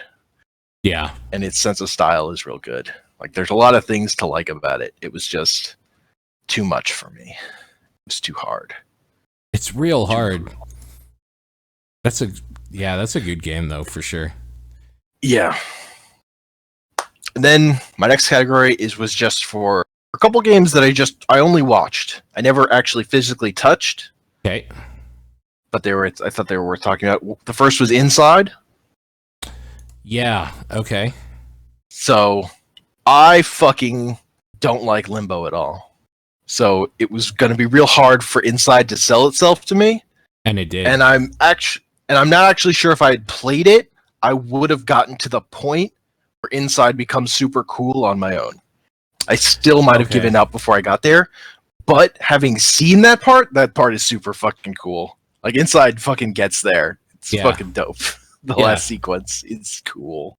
It's definitely worth mentioning. Yeah. That part is worth mentioning. What is it about Limbo you don't like, just out of curiosity? I just don't like how it plays. Okay, yeah, It's you wouldn't like Inside then. It plays very similarly. I don't like the hold to the right, and then you do simple puzzles with and you have a bad jump. And the thing with Limbo was I played it after the fact, hyped up, and then I just heard about the spider thing. Yeah. And the spider, it just didn't hit me. Like, I didn't feel the tension. I only saw the video game-ness of it and the ways in which I couldn't die at certain points. And it just felt like I was holding right and wasn't interacting. Like, I saw too much of the... For the spider part, you legitimately are just holding right. So... Yeah. Yeah. Yeah. And then I just felt bad for the spider by the end of that thing also. Okay. Because you rip out all its legs and you shove it into spikes. Like, fucking the spider is scary. Fucking this kid is like, what the... That kid is fucked up, man. It's a fucked up kid. A fucking monster. And I didn't actually ever see the end of Limbo, I will say. I played that far and was kind of done. Oh, okay. Further. The puzzles do get more intriguing if you ever care to go back and try it. But yeah, fair enough. Yeah. The other game I only watched was Dragon Ball Xenoverse 2. Okay. Which is, it's a fan service game, and it really doesn't seem like a good game at all. Like, it's kind of trying to have some of the online stuff where you're doing these missions with friends online, but it doesn't have any of the mechanical depth of Monster Hunter. It ends up seeming to mostly be about numbers. But it was played through I watched the playthrough of Team 4-Star, who does Dragon Ball Z Abridged, and it was just a fun video series, and there was a lot of good fan service because they got to create... They did this for the previous game too, where they created a character and then built up lore and story around that character, and that was just fun. Like, it was just fun universe fan service stuff, right? And that was just a good time for me. But that game seems like rock. It seems like a bad game, but it allowed for cool stuff. So it's worth mentioning to me. Then then on my list, I pointed out, I went for best 2015 games. These were games that came out the previous year that meant a lot to me in 2016. Yeah. And that's just shout out 2 games, the first of which is Rainbow Six Siege. Oh, Siege is so good. Which was not on my list for 2015. Yeah. My actual list, because I hadn't really played it yet. I'd played a little bit of it and hadn't connected with it. I didn't connect with it until 2016. Sure. We played a lot of it in 2016. We played a lot of it. That game's fucking dope. Yeah, it's really good. It really is. I expect to play that game again in the future. Yes. That game's fucking cool. Especially since the new season's out. I want to check those new operators out. Yeah. The weird thing about the new season is they put in a new home, but it links just to the same old menus. It's fucking weird. dumb. Yeah. I didn't like that so much. Ubisoft. Yeah. They have their issues. They make good games. Yes, they do. And the other games, Heroes of the Storm, Sure. which fucking Obviously. dominated my year. I played that more than I played any other game. Yeah. If anything, a big thing I needed to talk about it is because the kinds of games that are on my list and the time I spent with games was like defined by the fact that I was playing so much Heroes of the Storm. So I wasn't looking for a lot of like deep games to really sink into. Right. I was looking for other kinds of experiences because I had my game that I just wanted to play all the time already. That's a hard thing to find, honestly. Yeah. So that's cool. That's good. Yeah. All right. Okay. So the next page. So now we get to the actual honorable mentions. Games that didn't make the list, but I just like these. Okay. This is another game that actually came out in 2015, but it came out on mobile in 2016, which is Mini Metro. That's a good fucking mobile game. I almost bought it like the other day, actually, on mobile. So I own it. I own it on Steam and on mobile. It's a fine Steam game. It's a freaking kind of a perfect mobile game. Like, it's really fucking good as a mobile game. Really works. So it's better mobile then. I'd say it's better mobile. I mean, because it's a minimalist game anyway. It's all just about dragging things on, like lines onto points. Like, it's just like about watching stuff happen, and it taps into that city skylines thing of you're managing this whole system, and then you start watching it all fall apart in front of your eyes. Oh no! And like, oh no, there are way too many people at this stop. It's all going bad, and it goes doot, doot, and like has little beeps. And I don't know if I want a mobile minimalist version of that. It was bad enough at my computer. It's real good though. Okay. But yeah, it doesn't have the thing that City Skylines had, where you would see a rectangle of human mass, though. It's just triangles, squares, and stars. So there's a little. The abstraction helps the horror. And these were specific mobile games. There's one other mobile game I wanted to talk about. Okay. That was Reigns. Reigns is fucking dope. Yeah. Reigns is real fucking good. I don't think Reigns got enough talk on TDP's Game of the Year. It was really good. That's that game. I thought that was the perfect mobile app or mobile game until Fire Emblem Heroes came out. Yeah. You turn the mechanics of Tinder into a civilization management game. Yep. Turns out that's fucking dope. Also, there's real good writing in that thing. Yeah, for sure. Fucking creepy when you meet the devil. That's a fucking thing. The thing that holds it back for me is I don't love the combat and the dungeon exploration parts. I could never quite wrap my head around that stuff, and that was like the wall I hit with that game. Okay. That stuff just never quite made sense to me. Yeah. Yeah, that's fair. I never really got it either, to be honest. Yeah. But other than that, the thing was fucking great. Okay. Yep. And now we get to just handheld games. Yep. Games that were on handheld systems. First one's Rhythm Heaven Mega Mix. Yeah. That game's fucking dope. The only reason it got honorable mention, I'm guessing, was because, like, you've played this before, essentially. Like, it's not really a new thing. Actually, what keeps it down is... So, my comparison point for it is the WarioWare games. Yeah. I haven't really played that much Rhythm Heaven, but for me, the problem with Rhythm Heaven is it takes too long to ramp up. Because you have to learn each and every minigame before it gets to the part where it throws the remix at you, where it just starts switching them up. Yeah. And that part is so fucking good, but it takes too long to get there. It does take a while. It takes a whole ramp up. Yeah. And also I stopped playing it because I lost my 3DS for a while. Sure. That's a sad fact about a thing that happened. The next game is Digimon Cyber Sleuth. Okay. which is it's a dungeon crawler RPG. And there's a lot of good setup to this game, and like that you like are running around in Japan, and then there's like an arcade that's full of Tekken 2 cabinets. I really appreciated. And you're weird.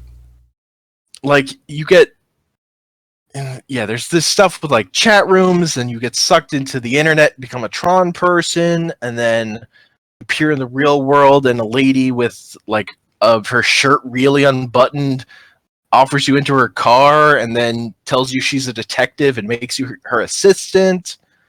Like, there's a lot of good framing stuff. But my problem with it is that it is kind of a tedious dungeon crawler game. Like, it just... Right. And there are too many side quests that send you back to dungeons you finished and then have, like, find a person to talk to in there. Like, I didn't love the progression. And it was just... This game is going to take too long, and it's not the combat and dungeon like Pokemon aspect of it, where you're collecting monsters and raising them up. It's a little too slow. It's not the writing isn't that good, as charming as a lot of it is. The dungeons feel a little lifeless. There were too many other RPGs, which I'll talk about later, that ended up taking my time. It felt like a poor man's Tokyo Mirage Sessions. Oh, like there were a bunch of weird similarities in that it took place in you running around in actual Japan and then going into portals to the other world. Like, that all stuff lined up too much in those games at too close to the same time. But there was a room full of Tekken 2 cabinets, so it was pretty cool. Yeah, that's pretty good, honestly. My next mention is Pokemon Moon. Okay. And shout out to Sun. Like, I'm it's surprised Pokemon. This isn't on your top 10, to be honest. Like, I played a lot. I played a lot of it. It's fine, but it's Pokemon again. And Pokemon for me always hits the strongest when it's the first generation. Like, there's a little bit of diminishing returns for me when it's just the same kind of thing again. Yeah. Like, so X and Y I really loved. And this didn't hit as hard, even though they made some smart improvements. Like, they got rid of gyms and replaced them with like more different things. Just like there were these challenges, and sometimes they would just be a dungeon kind of thing, and sometimes they would just be a weird comedy thing. And while I liked some of that I actually liked less than actual gyms. Like, the parts that were just sort of more dungeony were just kind of boring and weren't that interesting. Although some of them hit, some of them didn't. Mm-hmm. This was like the first Pokemon game that was like, oh, Pokemon could have a good story. You could have a Pokemon with a really good story. This isn't quite it either, but you could get there. It's possible. It's like my big takeaway. Like, it wasn't quite a great story, but it was like much closer. It was like, I see how it's possible. Yeah. Even though I think the Pokemon comics that are based on the games, Pokemon Adventure series, I think is actually really good. It's a really good story. It's really good. The only problem with it is like you get to a new generation and they switch out all the main characters. That gets, once you've done that like 3 times, I'm kind of burned. Other than that, those are good comics. Yeah. But yeah, it's my favorite thing about it is the Pokedex entries. They're real good, particularly on Moon. The ones in Sun aren't as good, but the ones in Moon, primo stuff. I tweeted out a lot of them this year or last year. There was just weird stuff in there, like Golbat sucking so much blood they get fat and full. Yeah. Oh, that might actually be one that was in older games. It's so like, weird though. There's like some of them. There's one about like Politoed will grab Caterpie and then bring it deep underwater to eat it alone in safety. That's weird. Like, there was a lot of stuff about Pokemon like Pokemon eating Pokemon, humans eating Pokemon, how delicious Pokemon were. A lot of that stuff made me feel a little uncomfortable. Yeah. But like, it makes sense. I mean, sure. But I don't know. It's weird. It's a kid's game, really. But I mean, it's totally the influence of Yokai Watch, which is all about like gross real lifeness, right? And then making fantasy stuff about it. I mean, Yokai Watch is about kids going into alleyways and looking at garbage to find ghosts, and like that's actually what you're doing is going into an alley and looking at garbage. Did you ever see the Yokai Watch anime? I watched an episode of it. It's cute. I think. Not so bad. It was I didn't like the pacing of it, like the way it was telling jokes. Sure. But all that stuff, all that story stuff is what I like about Yokai Watch is all that story stuff is in the like that the story and the show and the game line up in Yokai Watch in a way it doesn't in Pokemon. Yeah. In Pokemon, it's just like whatever. Fucking have Ash. People like Pikachu, so kids like Pikachu, so we're gonna put Pikachu in the show. I mean, kids like Pikachu, and then we'll have the worst protagonist. Fuck Ash. I hate him so much. Look, I'll defend Ash in that he gets better and has his moments, but also fuck Ash. I thought he had one moment that somebody was saying, like every other moment has been shitty, but he had one moment where he showed competence. Which is more annoying to me. No, I mean, he won the Orange Islands. He finally beat Gary. Yeah. Beating that Gary should is just like, be about Gary, because Gary's just better. The episode that's Ash versus Gary and then puts in a lot of backstory about Ash and Gary's rivalry when they were younger. That episode's real fucking good. I really like that. Is it? It's undercut because the next fight Ash has is so much it's also pretty good, but it's so a product placement for the next generation of games. It's like before the third generation came out, it's like, here's fucking Blaziken. You've never seen him before, and he's just gonna kick the shit out of Charizard. He wins. Bullshit. Fuck you. Yo, after Charizard beat Pokemon. fucking Blastoise in an amazing fight. Fuck annoying. Pokemon. Shit sucks. It has its moments. And the Orange Islands was also pretty good. As much as I don't like the Orange Islands in general, the last fight was good. 6-on-6 battle. Yeah, that sounds Dragonite. pretty cool. Next game. Next section. Blizzard games. Okay. All so of them? First, StarCraft 2, Nova, Covert Ops. Oh, that thing. Little mini StarCraft 2 campaign. All about Terran. Focusing on Nova. That was a neat little thing. It was a neat piece of story. I enjoyed it. It clearly it was no Legacy of the Void, but it was I enjoyed it. It was more Terran stuff. Right. I mean, to be clear, it wasn't trying to be anything like Legacy of the Void. It was a small thing. No, it was a $15 thing. Sure. So that's good. As opposed to a $40 thing. Right. Alarak showed up again. Alarak is pretty fucking great. I like Alarak. Alarak's pretty good. And then the other Blizzard game is Legion. Yeah. I'm kind of with you on there. I actually uninstalled all the WoW data from my computer the other night. Yeah. I just don't really want to go back. It asks too much.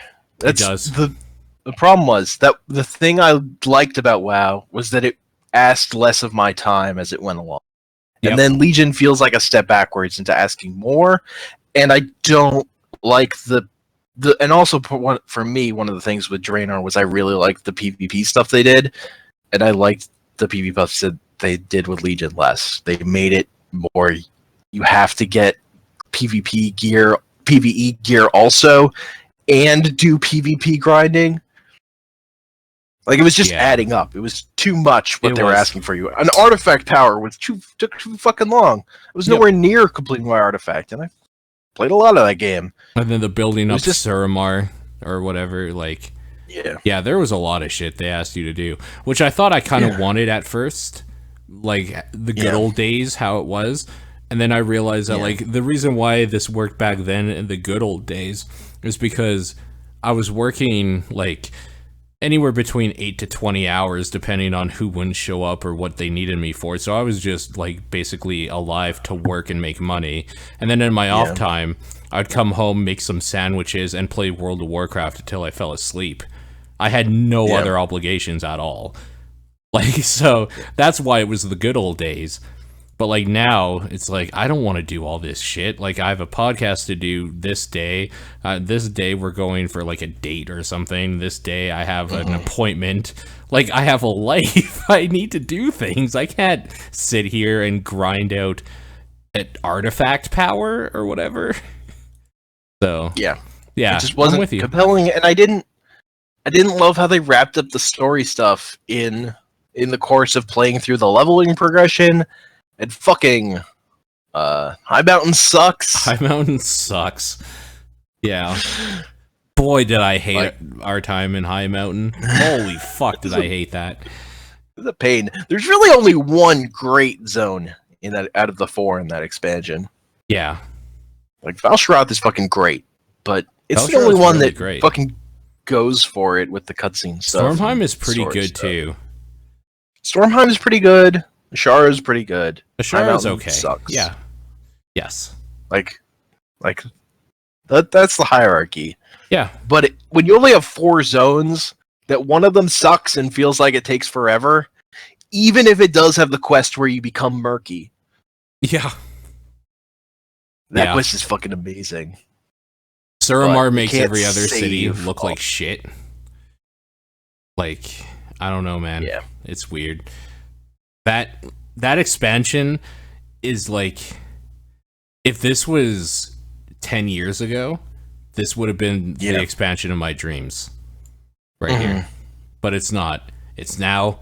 I don't have the time or the energy. Like, I've done this stuff. Like, this is definitely the expansion for the new generation. I've done the Burning Crusade grind, man. I've done the Wrath of the Lich King. I've done the endgame raiding. I can't do it again. I'm like, I guess my time. That's what I realized the other night. My time with WoW is actually just done. Like, it is, and that's fine. Yeah. It's kind of sad, but you know, it. Again, for me, I really like Draenor because Draenor didn't feel like it asked too much of my time. Agreed. Like I could fit it in. Yeah. Like that expansion was like the right WoW for that time for me. Yeah. I agree. This wasn't. Yeah. This was. I played it for a bunch and felt like, this grind is too much. I have to stop. Yeah, for sure. I have to. There are other things I wanted to do. Yeah, completely. I agree. My next category is multiplayer games. Games you play with other people. The first of these is TKO, which I'm just sectioning out of the Jackbox Party Pack 3. Okay. The only one I care about is TKO, because that's a game where you draw drawings and people come up with slogans, and then you make fake T-shirts, and then people vote on what ones are the best, and then they will let you buy the T-shirts, which is a evil genius move. I mean, yeah, it's just a marketing ploy for sure. Because now I have a T-shirt with a terrible drawing of Sonic that says "Games as Art" on it. You actually have that shirt. Yes, it's fucking amazing. There's a picture in the article to that shirt. Yeah, and I'm looking at it right now. Yeah, yes, I own that shirt. Oh, God. I also own another one from that same game. A terrible drawing of a sad-looking Sonic wearing a Mario-looking hat that says "You're the fake hedgehog around." What does that even mean? It's a quote from Sonic 2. Oh, okay. Sonic Adventure 2. Right? Gotcha. It's all right. Between Shadow and Sonic. Oh, and then Shadow. I have another TKO T-shirt, but that was not in a game I played. That was from a Giant Bomb game, but it's a drawing of Homer Simpson that Dan drew that then says, "Back off, man, I'm a scientist" under it. So I needed that shirt too. That's pretty good. They got money. They got your money for sure. Yeah. Well, the the real key was they didn't make the shirts too expensive. Oh yeah, that would have killed it for sure if they did. That was the key. Yeah, They were under 20. Yeah, that's good. Yeah, I found out that 15 to 20 is the spot you want to hit. Yeah. I have found out the price by doing a poll on Twitter. Yeah. Who would have known I'm a marketing genius? Weird. Also, social media expert. Social media expert or guru. Either one. Expo-spert. No, that's terrible. That's so bad. The next multiplayer game is Golf with Your Friends. That game's real good. That's a good game. Except, I mean, it's fucking broken as shit. Yeah. But it's still in early access. But it's fun time. And it only has like 3 or 4 courses now. I think it's up to 4. Yeah. They've redone the 4th one a bunch, and the 3rd one was fucking. I haven't played the 4th one, and the 3rd one was broken as shit when I played it. I got kind of burned out on that game running a tournament for it that took like 6 hours. Yeah. Also, people got too good at we played it too much, so people just fucking knew how to beat the courses for those first 2 maps. I kind of liked that though. It made the like a science to it. Yeah. Yeah. That's a thing. Next multiplayer game was Paladins. Oh, Paladins is so good. It's fucking good. It's not Overwatch, but it's good. It doesn't get enough credit, but it's also not as good as Overwatch. Like I'm kind of torn on that. It's gotten a lot better from when we were playing it in beta. Yeah, it did. Or earlier in beta. I think it's still in beta. But also that was before Overwatch was out, so I was more into playing it then than I am now. Yeah, for sure. There's a balance there, but Paladins didn't get enough credit, except that from all the people that are playing it, and it's free. It's a free game. Yeah, exactly. It's a free game. I mean, I spent $20 on it to get all the heroes, but that's a fair price to get all the heroes forever. Yeah, I mean, I did the same with Smite to just unlock everything for like $30. I just count it as buying the game. Like it's fine. Yeah, and High Res, they have a track record in terms of supporting their smaller community thing. Oh, for sure. For sure. And Paladins, I think, has a bigger player base right now than Smite does, even. Which is pretty impressive. That's very possible. Next multiplayer game was Battle Right. I really like Battle Right. Battle Right is one of those unfortunate named games that I always get mixed up in my head, but yes, that's a good one. Yeah, it's like you took out WoW's arena mode, made a game like that with like a kind of more MOBA-y in terms of mechanics. So it's all about skill shotting and stuff. Again, it's just about fighting people. I like fighting people. Yeah. Like Battle Right is totally a game if I wasn't spending all my time and thought about Heroes of the Storm, I would be playing Battle Right a lot. Sure. But I do have Heroes of the Storm, so I'm not playing as much Battle Right as I'm. But Battle Right is dope. I like that game.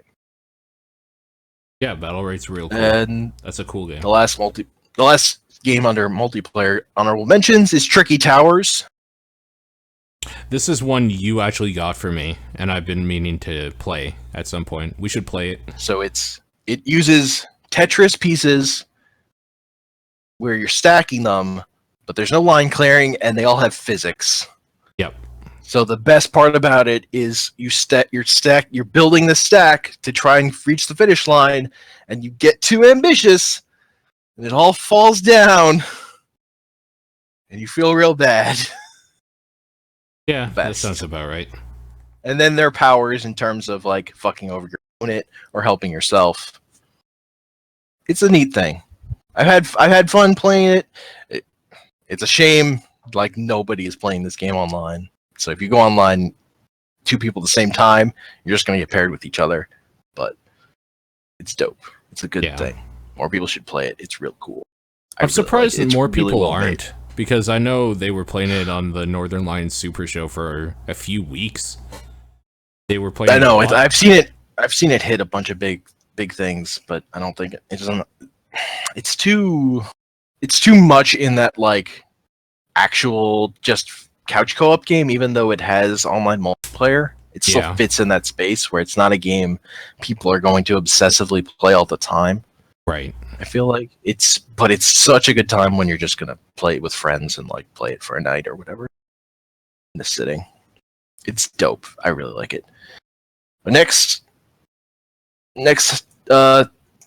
section of games, Nightmare Hellscape games.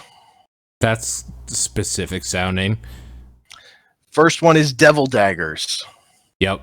That's exactly what that game is. It's a Nightmare Hellscape. It's fucking intense. Mm-hmm. It's basically like it's got like old Quake Unreal style graphics, but then it's more of like an arcade game because the enemies spawn in a specific pattern, and then it's just trying to like live and live for as long as you can to like to get to the top of the leaderboard. That's the whole game. It's not an expensive game, but it's simple and it really works and it feels really good. And it's cool because it's all about audio and like hearing where the things are spawning in from behind you. But it's like really fucking intense and hard. Yeah. How long have you survived for? I don't know, 70 seconds. Yeah. Dumbly short. I've seen video of longer runs and they're fucking crazy. Yeah. Crazy. I haven't seen any of those videos. I should look that up. Because you can watch, I think you can watch them too. You can just go to the leaderboard, watch the best runs. Yeah. Which is always a good feature. Yeah, it's dope. Because it's all about, you really have to be killing things fast enough to get the upgrades. Because you get your powers upgraded based on like points of having killed enough things, and you kind of need to get the points and upgrades to get to like the next step. Is like the big progression thing, and the hurdles to overcome. So you're just shooting knives out of your fingers, which is just cool. Yeah, like you can just shoot a stream out of your fingers, or you get like a shotgun blast out of your fingers, and you can kind of rocket jump with the shotgun blast too, which is dope. That sounds cool. I like rocket And then jumping. there are all these evil skulls that are going to murder you, and it's very stressful. Very stressful. Other Nightmare Hellscape game, Thumper. Thumper is pretty cool. Yeah, I never played this one. So it's like the big thing about it is it's a rhythm game based off percussion. Yeah.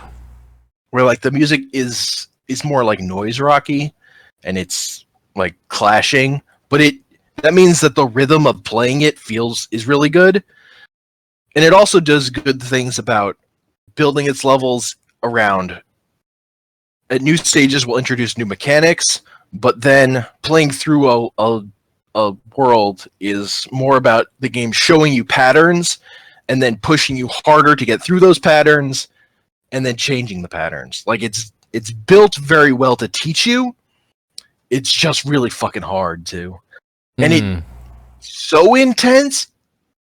And I'm not the only person I've heard lots of people say this. It makes people clench up in a way where their hands just hurt while they're holding the controller. Oh, this doesn't sound And I've good. I've tried to stop myself from doing it, but it just fucking happens when I play it.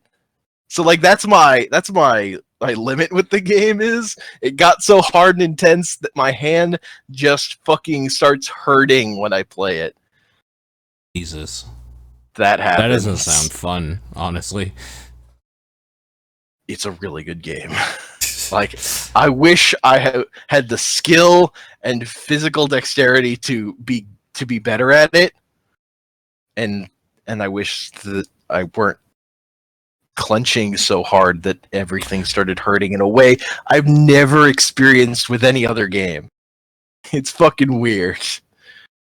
That is really weird, for sure. Yeah, but when you see like Thumper like starts out, and you're like, well, this is just okay. But when it gets going, its sense of speed is fucking as good as anything. Like, it's fucking good. It gets fucking fast and hard. It's really fucking well made. I really appreciate it. It's not for everyone. Sure. Because it Obviously. makes people's hands hurt. My next award is for one game. Okay. It's the Just Cause 3 Open World Sports Game Award for Steep. Yeah. Because after I played Just Cause 3, I was like, someone should make an open world sports game thing where you just get to fucking wingsuit around a big place. And then Ubisoft made that game. And also involved snowboarding and skiing and hang gliding. Parachuting. But I really just like the wingsuiting stuff most. Yeah. I just like that game. That game's fun. Ubisoft makes open world games I like. Because I like doing stuff in an online space where there happen to be other people, even if I'm not really interacting with them at all. I just like that there are other people around while I'm smacking my face into this wall over again, trying to get this wingsuit run perfect. It was just a fun time. Did it work pretty well? Yeah. Yeah. That's good. Yeah. Cool. They were just people online in the world, and you could invite them to a great group just because they were nearby. Like, I didn't really do that, but that stuff was in there. And it was just cool seeing people doing the same sort of run you were doing or whatever. Same challenge. And then there were like ghost stuff to compare with and stuff. Like it was built out. Sure. But I just like being in the space and doing the thing. It's what I enjoyed. It's like the same enjoyment I got out of playing GTA Online by myself. But I enjoyed that way more than I enjoyed just driving around in GTA not online. I don't really have a good explanation for why I enjoy that so much more. I just do. Just feels more like tangible or something with other people around. Yeah. Yeah. I don't know, there was an article Roger Ebert wrote about once. After he had lost the ability to eat, he wrote an article about eating. Yeah. And he wrote one of the things I remember from that. It's like that he liked to eat in public, but he would eat alone. He was a soloist. Just that idea. He liked being in public to eat, but, not actually interacting with people, but just, being around them. Sure. There's something nice about that. That's sort of what I get out of a lot of online games. I like the idea of being in an online space with people in ways that aren't necessarily just competing with them. Right. Trying to destroy them. Right. Although that has its place too. Sure. I feel like there's definitely room for improvement on games, but this is what we got right now. Yeah. My next category, kind of busted loot shooters. Okay. Shadow Warrior 2. Yeah. We got to go back to that at some point too. Finish it off. Yeah. So Shadow Warrior 2 is clearly a game that some other, like a regular Shadow Warrior game, that then they were like, let's make this a loot shooter and tack all on this stuff onto it. Yep. Cobble this together and reuse these maps. Yep. Till we got a loot shooter. And they came out with a much better game because of that, I think. But the game they came up with shows all those signs of it that it's like, okay, this isn't as good as it could be because of all this stuff, but I understand because I see how you got here. Sure, for sure. And it does a little too much of the thing of like this. What? And like this level would be boring alone without this. Like this is a long level. I can't imagine doing this normally. Yeah. It does a little too much of the thing of really small incremental like progression on stuff. Yeah. Mm-hmm. Like there's so much fiddling, and I'm starting to get kind of sick of that in loot games. But, for sure. Yep. But like this is 7% instead of 5%. Like I don't care. But it was fun. I had a fun time. Yeah. It's good. It was a fun multiplayer thing. I'm totally down for going back to it and doing more. Yeah. So. Me too. Yeah. That boss was cool. That boss is very cool. Yeah. Interesting. I wonder what else it does. Wonder what else it does. I'm kind of the same. Yeah. And my other kind of busted loot shooter is Tom Clancy's The Division. Yeah. It's kind of busted. Yeah. Particularly the Dark Zone with hackers. Yeah. Real busted. For sure. Busted. Mm-hmm. And the fact that, like, the whole reason for the Dark Zone is that players can go rogue, but they never give you reason to. It's just better for you as the player to not go rogue, get gear, and leave. Yeah. I think they made some balance changes to that to make it not as bad to go rogue. Yeah. Like, I don't know that... I think they changed it so that you're not alerted. Everyone isn't alerted to you as soon as you go rogue and immediately hunting you the way it was before.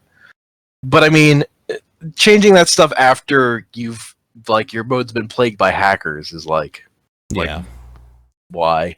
And then the part where it had hackers and then they're selling additional content bothers me as much as I do still want to check out that survival mode. Mm-hmm. Because it seems cool. Yeah. But I'm frustrated. Sure. Frustrated. And just personally, I played through the beginning of the game for like 8 hours and then kind of dampened my enthusiasm. Not gonna lie. Also, that game has that problem of you are fighting normal street thugs and they are taking 500 bullets to the head.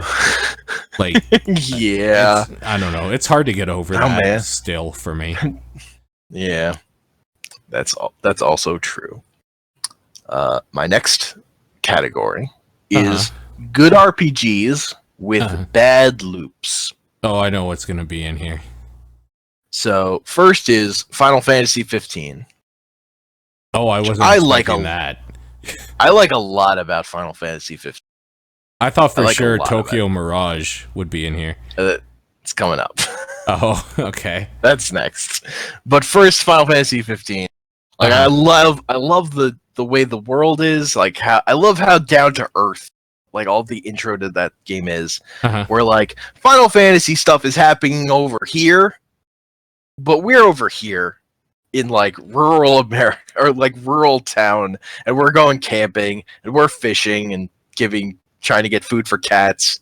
Yeah. Boring stuff. That stuff's we're real just cool. trying to make our career as a monster hunter. Yep. That stuff's good. And like just how chill it is. But I don't care about the characters. I don't feel the need to like get into the story and stuff. There's just a lot of things about the questing that take too long in terms of going here, getting this one quest, going out, completing it, going back, and the load times on that console, how that plays into that. It made it all a little tedious in a way that didn't, and there was nothing compelling me to move forward to get past that stuff. Right. It was all just a little slow for me. But I really enjoyed my time with it. It's just that stuff is why I didn't spend more time with it. Man, those load times. Fuck. Yeah, they're real bad. Yeah, they are. But I really want to give it credit because for me, it actually hit on a thing that The Witcher 3 didn't, which was that I was doing side quests specifically because I needed money to buy stuff. Right. Which is what I wanted from The Witcher 3, but in The Witcher 3, I was always felt like I needed to do side quests so I could get experience because I wasn't strong enough. Right, which makes no sense. Which was at odds with the story in that game completely. For sure. Whereas and this is like, yeah, we're rich kids, but don't actually have any cash, so we have to do these weird odd jobs to get money. Like, that all gelled. That all worked in the context of this game. And then there are weird things like where certain side quests are super like built out and deep, and then other ones are just nothing. There's a weird thing there that they didn't surface some of that stuff. But like, I don't know. That game was fun. It just didn't have that like, I gotta get to the next thing. I gotta do the next thing. It was like, I enjoy playing this. This is really fun. And then I'm done. Yeah. Because I don't want to sit through the long screen that's going to take me to get back into it. I don't know. Maybe one day I'll finish that game. But I don't know, probably not. There were a lot of games. There were a lot of. There are a lot of games. I had a good time with. I had a good time with it though. Like I like that game. I definitely appreciate that game got into what it was pretty quickly for an RPG. I feel like I got to the meat of what I cared about pretty fast. I liked that. Like compared to Final Fantasy 13, which was a fucking impenetrable like other language when you play it, and it's overwhelming and weird. This was like relatable and like engrossing up front. And then there was this weird stuff over here that was happening.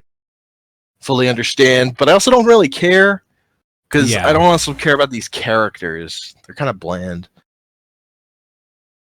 That stuff, that stuff is what it is. Sure. Yeah. So Tokyo Mirage Sessions Sharp F8. Yeah. It was real close to being on my top 10. It was real close. Okay. It just. So I haven't beaten it, I will say.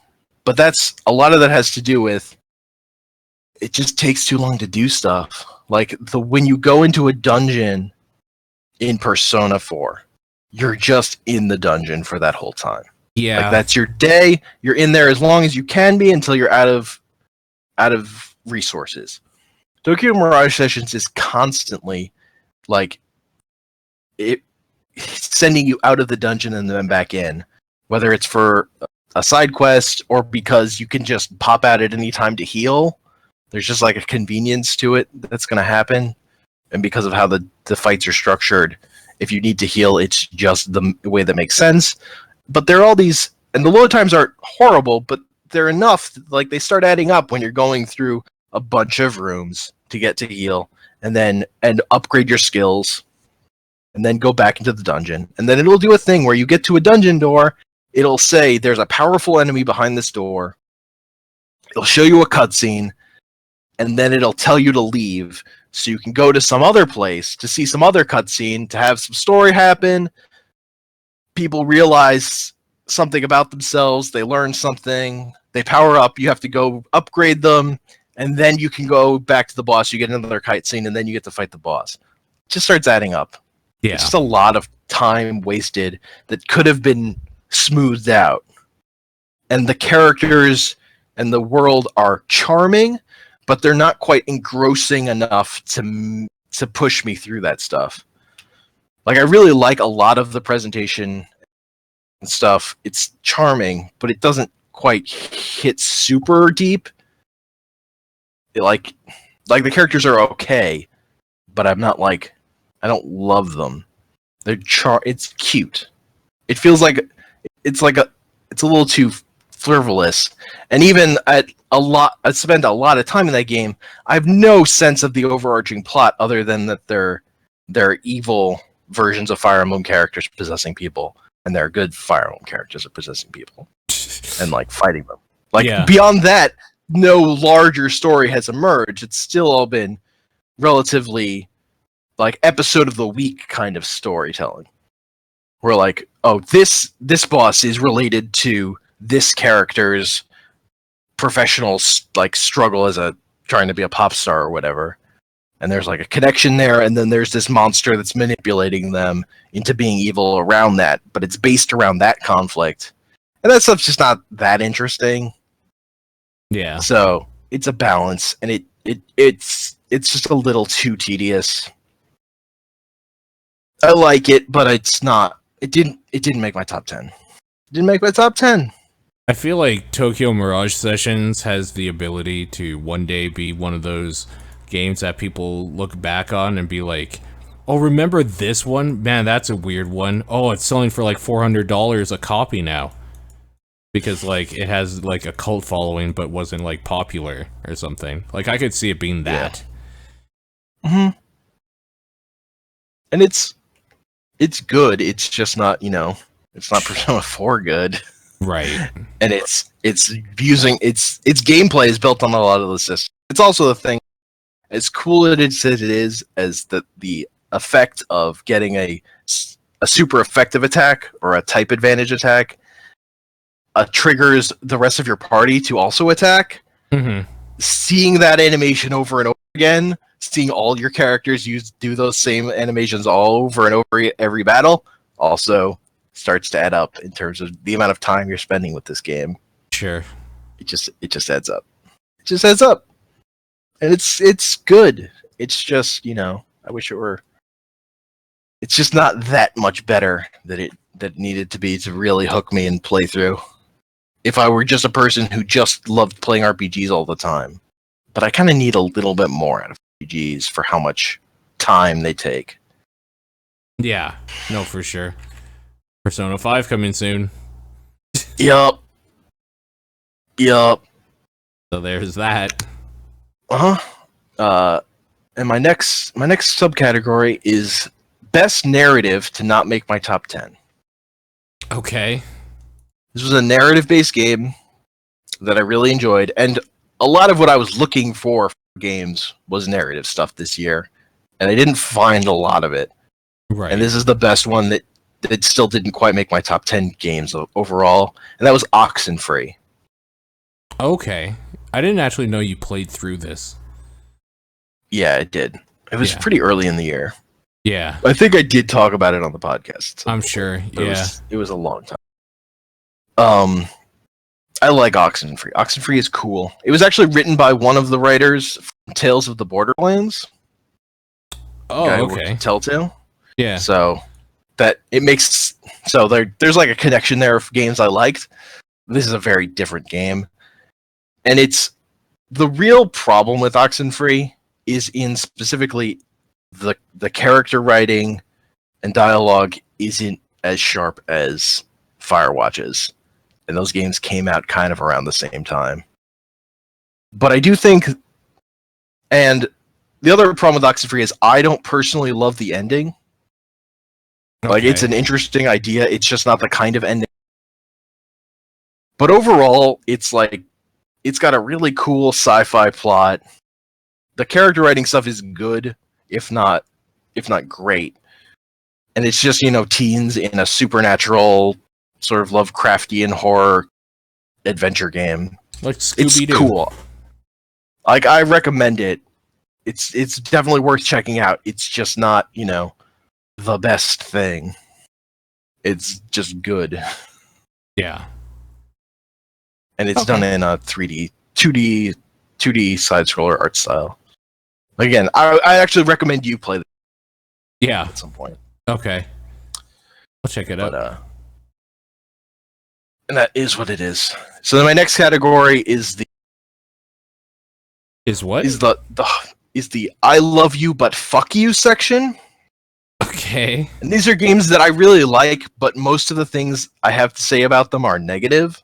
Right. So these are just bad games that resonated with you in a good way somehow.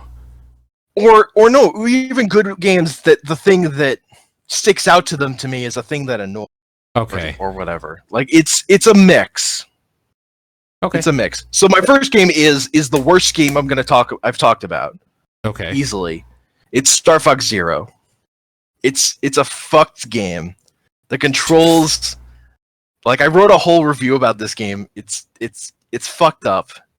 Miyamoto got his head up his ass about the fucking gyroscope controls. Yep. And they don't make sense. And they only make sense to someone who's been locked in a room with them for fucking months. But the thing that really ruins is that on top of those controls, the game keeps changing your mechanics throughout this game, where levels keep being designed specifically around new vehicles that all control worse than the R-Wing. Like, there's a stealth helicopter game. I fucking hate that level. But the reason it's on my list is there are levels that are just open dogfights against Starwolf. Okay. Where there's no terrain. So the problem with the gyroscope controls is that you're aiming and flying at the same time, and your vision's cut between those two things. You can only really focus on one at a time. But in the open dogfights against Starwolf, there's no terrain in your way. Because the thing that makes the levels annoying is that while you're doing these things, the levels also are now putting a building in front of you that you don't see, and you fly into it, and now you're pissed. Like, Okay. that's the frustrating part. Yeah. But when you're just in open space and there's nothing for you to run into, you don't have to worry about that. The gyroscope controls, you actually get a sense for how much better they are at aiming and stuff, and how much more aggressive and harder the Starwolf AI is in this game than it in StarCraft 64. Like, it's just more interesting the way in which Starwolf's flying around and like the precision you need to track onto them. And those fights are dope, and they're like these moments of dramatic where when your ships fly next to each other, the game will like pause for like a dramatic swoop, and it's fucking dope. It's really cool, and I really like those fights, and they're fun. Not enough of the game is like that. Too much of the game is fucking bad. But I really like those moments. It pointed to like, oh man, I really like Star Fox. They could have been a great game. They fucked it up so bad. Oh my god. Also, it gets credit because while I was playing it, I realized the thing they should have done with Star Fox was make a roguelike Star Fox game. Yeah. Because I was also watching a lot of Gungeon at the time. It's like that, and that whole idea festered in my brain. That would have been Man, cool. They should have fucking done that. There's so much about what's good about the structure of Star Fox games that plays into roguelikes of like alternate paths and secrets. And then like you could change up like how the gameplay works with power-ups or different ships and characters. You could do a whole thing. Instead, they keep focusing on the controls and fucking them up and going for gimmicky shit. Ugh, fucking Miyamoto. God damn it. Guy needs to just stop, honestly. He's old, he's senile, he's done. Like, he's had his time, he's made some good stuff, but he's done. That's it. He's crazy. He's always been crazy, though. True. Just happened to pay off in some times. Like, his idea for Star Fox was just he fucking liked those arches. It's Yeah. like he just liked the idea of flying through them. It's like really simple, like base level stuff is like with a lot of what he did. It's fucking weird. Fucking weird. So my next game on this list is The Witness. Very different. Okay. So The Witness is an open world puzzle game, and it has one really good trick, and it's a really good trick. And it's when you look at the world, you realize in the world are the same puzzles you've been solving on your little pads. And like, so like if you look at the world in the right way, there are puzzles, there are little puzzles hidden right in front of you everywhere. And that, when you realize that, it opens up the world and it transforms the whole game. I had that happen to me within the first hour. So for the rest of the time, it was like, that just defined what the game was for me. I didn't have a moment of realizing, oh, this is all means something else, which for a lot of people was their thing with The Witness. They thought it was one thing, and then it became a much bigger thing. Right. For me, it was just always that thing, that bigger thing. Like, that was just always what I saw, because I found it, like, almost immediately. Gotcha. Okay. I just happened to. I know fucking Dan Reichert on the Bobcast somehow never found that, and that's fucking crazy to me, but he played through the whole game and never found the other puzzles. But it's all about perspective. So the big thing for me, though, is that what I like about The Witness is the idea of like that it's like a Metroidvania, but your only thing that's locking you out is knowledge, because you have to go through these areas and learn how these puzzles work to then go and solve more complicated puzzles that use mechanics from like multiple puzzles. So like if you've played the game and you just like know how they work, you could just like start with like the last puzzle. In theory, you can't actually, because you have to set up these lasers and these areas, and then there's a fucking power-up that you have to get to solve certain world puzzles, which is a boat. You have to find a boat. And there's like a point in the game where I was looking at a world puzzle and I was like, I can't actually solve this. There's no way for me to line up unless I was standing in the water over there. So there's either a way to fly in this game, like it's fucking Fez, or there's a boat. It's one or the other. And there's a boat. And it turns out there's a boat, which I never got to because I kind of got sick of the game before then. So my point though is that there was an idea for what I thought this game was that I really liked, and it doesn't quite fulfill that. It still plays into too many video gamey things of locking you out, and that annoys me. And then I got to a puzzle that was fucking. And then the other thing that annoys me about it is its idea of what's an interesting story in a world is like super uninteresting to me. He somehow, like, the more I played this game, the more I disliked Jonathan Blow. Is like his idea of what a story was. Yeah. As much as I think he has a lot of good instincts about how to make a game and what's good design. I think his idea of what's a good story and what's a good like world in which is worth exploring sucks. Because he had like the game has like giant long audio logs of just things he thinks are interesting. And it's just like it's pretentious, and I don't care about any of it. So I only liked this thing as a puzzle game, and then I got to a puzzle, and then it stopped. It started breaking the rules that I liked about it, and then I got to a puzzle that was fucking bullshit, and I hated, and I couldn't solve, and I quit, and I was done with it. So I didn't finish it. And I know what the solution is to the puzzle, and I've read other people who got stuck at that same puzzle. It's kind of fucked up. It's like it breaks the rules of that area where this one turns out to be broken, and you like have to look at the floor of like the thing that broke off on it. It's just fuck you. Fuck you, Jonathan Blow. Fuck you, Jonathan Blow. I'm done with your game. Yeah. You made a good thing, but you also kind of fucked it up. I mean, yeah, pretentious as fuck. That's Jonathan Blow. Yeah. Yep. He kind of and to me it undermined the good design that was there. Yeah. It really pisses me off that there's a fucking boat, because I like the knowledge thing. I didn't like that then it was just actually a Metroidvania. Or whatever. Yeah. Or like you just need to unlock this thing. It's dumb. The knowledge thing was cool enough. Next game is Dead by Daylight. Yeah, that's a broken piece of garbage. It's just a fucking broken mess, but it's fun. It's simple, but it's fun. Yep. I like that game a lot, actually. It's broken as shit, though. Yeah. It's just so fucking broken. Holy shit. The trees, man. It was the trees screen. Oh my god, the trees. When I was like, you just have to restart the game before you start a new match, because you know that it will just work that way. Yeah. More likely to work.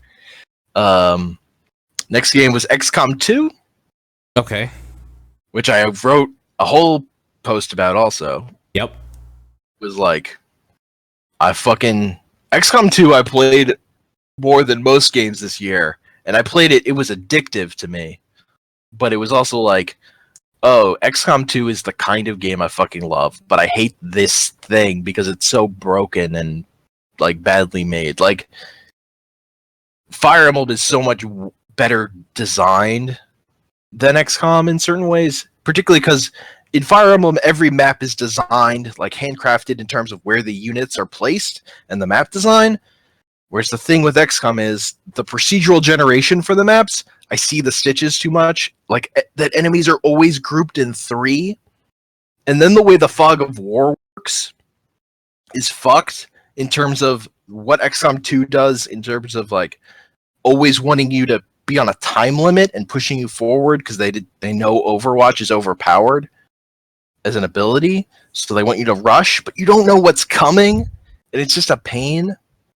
And there's too much about XCOM 2 that's like, the difficulty is based on the game just not telling you shit and things just happening to you. That like, if you just knew that was coming, you could prepare for it. But there were just things through my playthrough that was just like, there was no way I knew that was going to happen. And I got fucked because of it. Yeah. It's just annoying. Good old like, XCOM. There's too many things about it that's annoying. And then the final mission, when they are handcrafting a map, it's so lazy. Like they just stacked on all the things that were already in the game and said, boom, we're done. Like in order. It's so weird. I never saw the final mission. I didn't get to the point where it's really long. Yeah. If you don't have certain units, you're kind of fucked. But if you have the right units, you're fine. It's not even that hard. And it's just like literally every game every enemy type in the game stacked on top of each other in a row, progressing in how you met them during the game. It's like, what? Weird. What? Next game is Street Fighter V. Yeah, That was I fucking love how it plays. But it also installed a rootkit on my computer, so it's not installed right now. But I really liked playing it. It had terrible matchmaking times. It was really hard to find a match because of how they fucked up and how they sold it. It had a small player base for what it is, so it was kind of fucking impossible to find a good match. Like, I would either find matches that I would stomp someone because they were just a lower skill rank than me, or someone would just fucking crush me because they were clearly a better player. Yeah. It just was hard to find a fun, even match. And if I'd been playing locally with a friend, I really would have had a better time. But then there's the rootkit thing, which is just unfucking forgivable. And now they're selling more really characters pass for like a lot of money. Fuck you, Capcom. Yeah, they fucked up with that one really and bad. They took so long to release their story mode, and it's terrible. Yeah. No, they fucked up like really bad with it. It plays real good though, but like I like how it plays more than 4. That's how much I like it. I'll wait for Ultimate Street Fighter 5 when they get this all worked out somehow. Someday. Or Ultimate Street Fighter 6 when they skip over 5. Yeah. I mean, kind of the point of the way 5 was structured was that it was just going to be the game, and then they DLC on top of it, but who fucking knows? It's fucking Capcom. Fuck.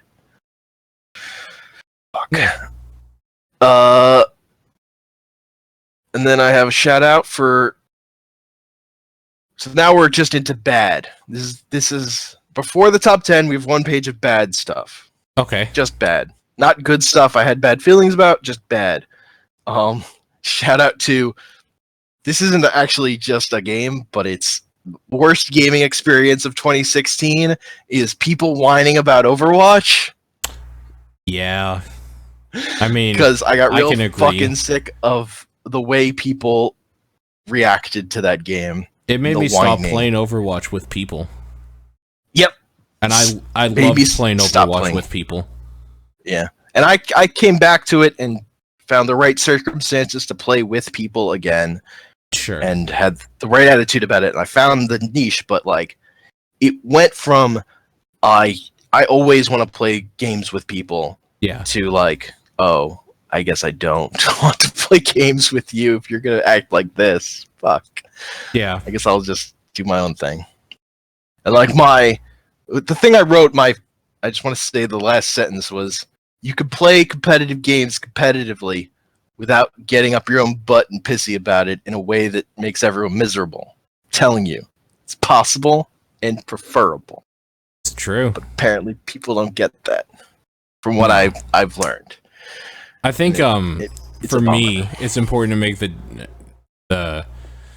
make it clear that I agree with you, and this isn't about one or two specific people that made me pissed off. This was like, I can think of like 5 to 8 names off the top of my head instantly that I played with regularly. It was like people I knew, and it was like the greater community.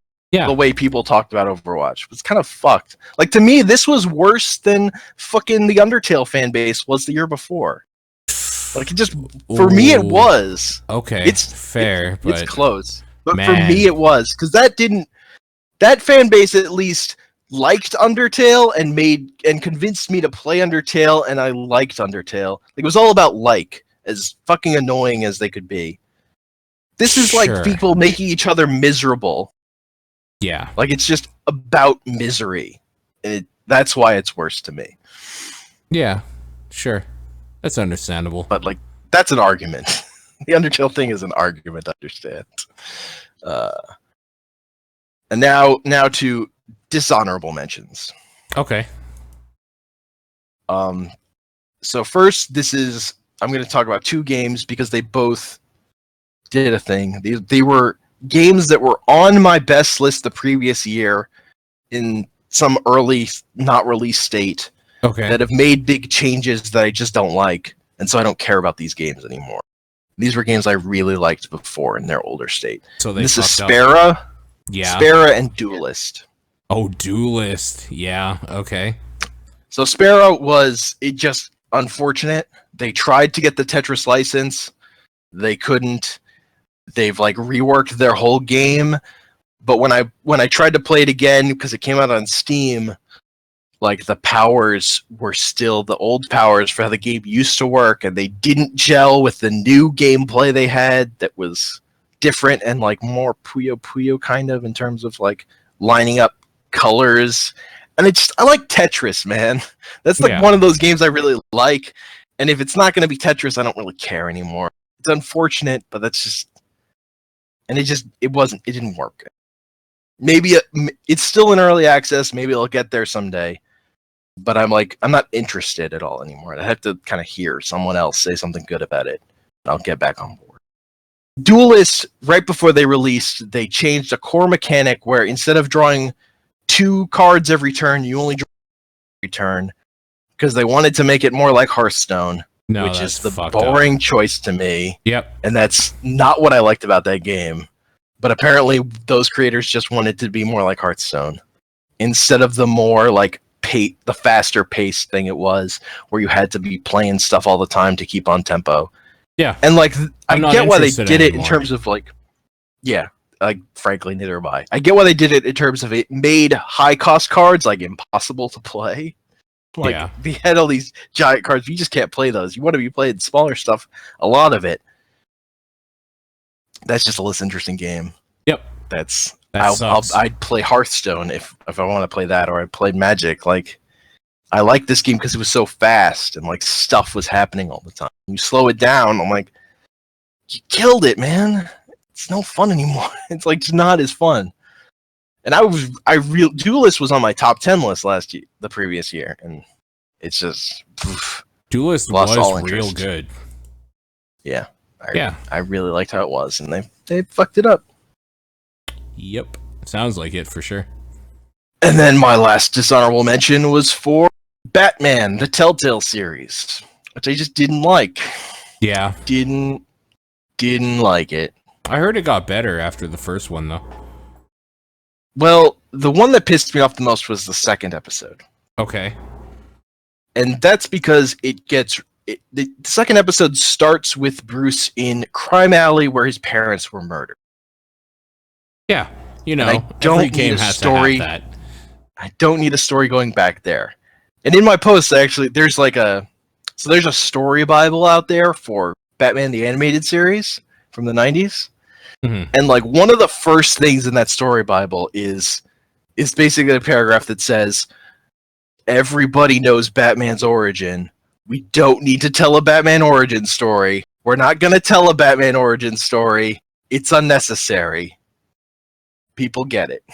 Yeah, for sure. And it's just like, why is like 20 years later, we're still getting a fucking Batman origin story? Why do we need to go back to Crime Alley? Don't. It's not interesting. That's my big thing. This story tries to do things it thinks is new with Batman that just make the character less interesting.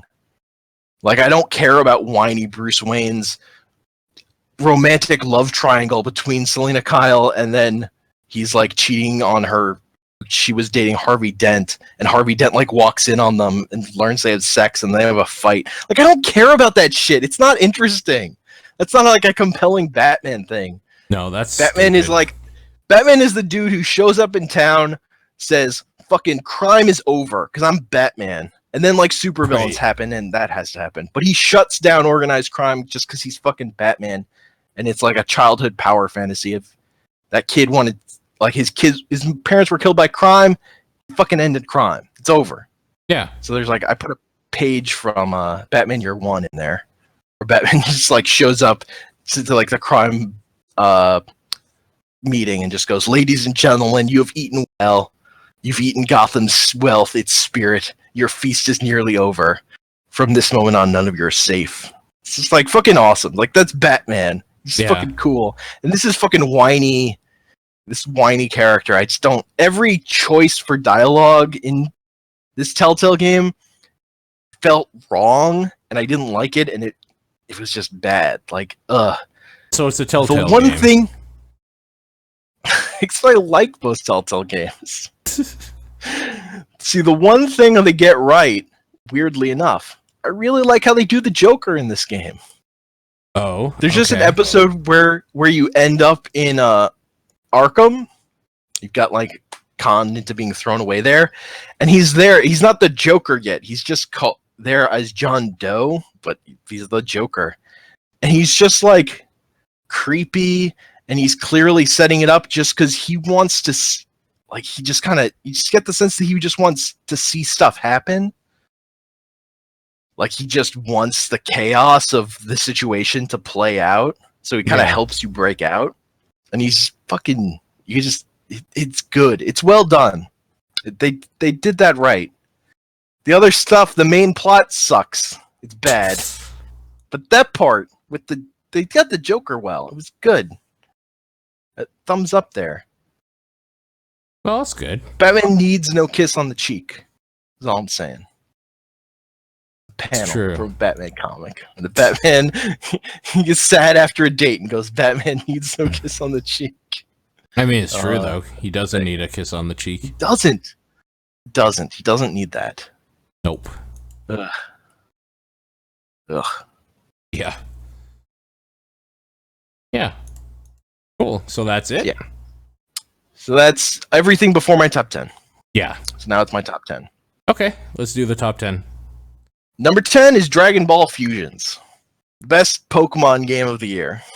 Yeah, fan service as fuck, right?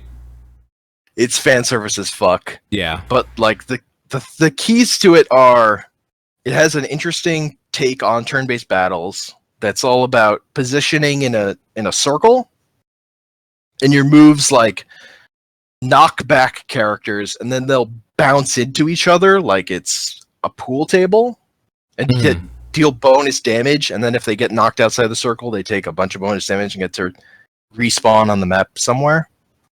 So it has a neat twist on the standard battling that made it unique for that game, which is like a huge thing for one RPG to do. Like they made good choices that made it a little more dynamic in terms of incorporating stuff that fit to the show. Like there are beam struggles where if you use someone uses a powerful beam on you and you have the energy to send one back, you can do it. And then you mash A and you win or lose or whatever. Right. And then there's like if you're attacking with a physical attack, you attack from a direction and they have a chance to like block it based on what direction you're doing. There are sections where you go into like a little free throw thing where you just mash A to try and like attack in like real time, which is just for like there's like a special attack thing that does that. And there's stuff around the combat that's extra cool that like makes it more interesting than a normal one of these games. Then it has all these Dragon Ball fan service characters. It's all about fusing characters together in combinations that haven't existed in any other media. It's just fun in terms of dumb fan service stuff. The story is whatever, but it's cute and funny. It was just, and it made good use of your time because it does things like, it has a giant roster of characters you can collect, including all the Dragon Ball Z, all the Dragon Ball characters it has in it, and all these other characters that populate the world that are all like made from the character creator parts in different ways. And they all have like little backstories for them, which is kind of cute. But you only have to catch everyone once, and then they're just in your party, and they level up. And everyone you've captured passively gains XP all the time while you're playing. Like that small concession to like time is just fucking nice. Of like, oh, that dude I caught a long time ago. He's been leveling up this whole time. Not as fast as my party members, but like he's been gaining XP. Like it's doing it. And then there's like a weird thing that's a little too overcomplicated where like the stuff you're actually getting in battle is like when you knock people out, you unlock skills. So skills are like a thing you have to unlock and collect. And you can like pool them and then teach them to people as they can learn them or whatever. Mm-hmm. That's like a neat little extra carrot on the stick thing. Yeah, that is cool. So it's just, you know, it is neat. I liked it more than Pokemon as a Pokemon game this year. It was a little more fun. It was a little more interesting. A little more. That's cool. I also it is essential that the Dragon Ball fan service stuff hit with. I would say to this game, but taking that as stuff I all liked, this game was cool. It was charming. Sure. Fair enough. Cool. Number 9 was Firewatch. Yeah, I mean that game was real good. The character interaction and voice acting in Firewatch is like top notch. It is. It's actually what every game should strive for their characters. The story is honestly kind of whatever in terms of the plot. It's just, for me, it's just about putting those characters in situations where they react to each other differently. Sure. And like that adventure with those characters. Like that, the voice acting and stuff in that is fucking great. And that's stuff I really like. And it's like why that game stands out to me over something like Oxenfree that kind of has a better story, but doesn't hit that stuff as well. Number 8 was Doom. Yeah, Doom is so good. Doom is real good. It plays real good. Yep. It's just, it doesn't go higher because it's once like that initial burst of Doom is kind of the best part of Doom. Like, yeah, the diminishing returns are pretty big. Like the only thing you're going through is seeing the other enemy, getting all the guns. Yep. I get like actively don't care about the story. The challenges are funny cool. that the challenges are cool. Like just the mechanics are fucking top notch. Yeah, for sure. I find it really funny that the robot scientist guy's name is Samuel Hayden, S. Hayden, or Satan. Yeah. Like, that's real dumb. Yep. It's pretty dumb. That game is funny. That game just feels like instantly iconic. It just feels, it exudes so much doomness. It's like, this is Doom. Like, it just instantly. It is.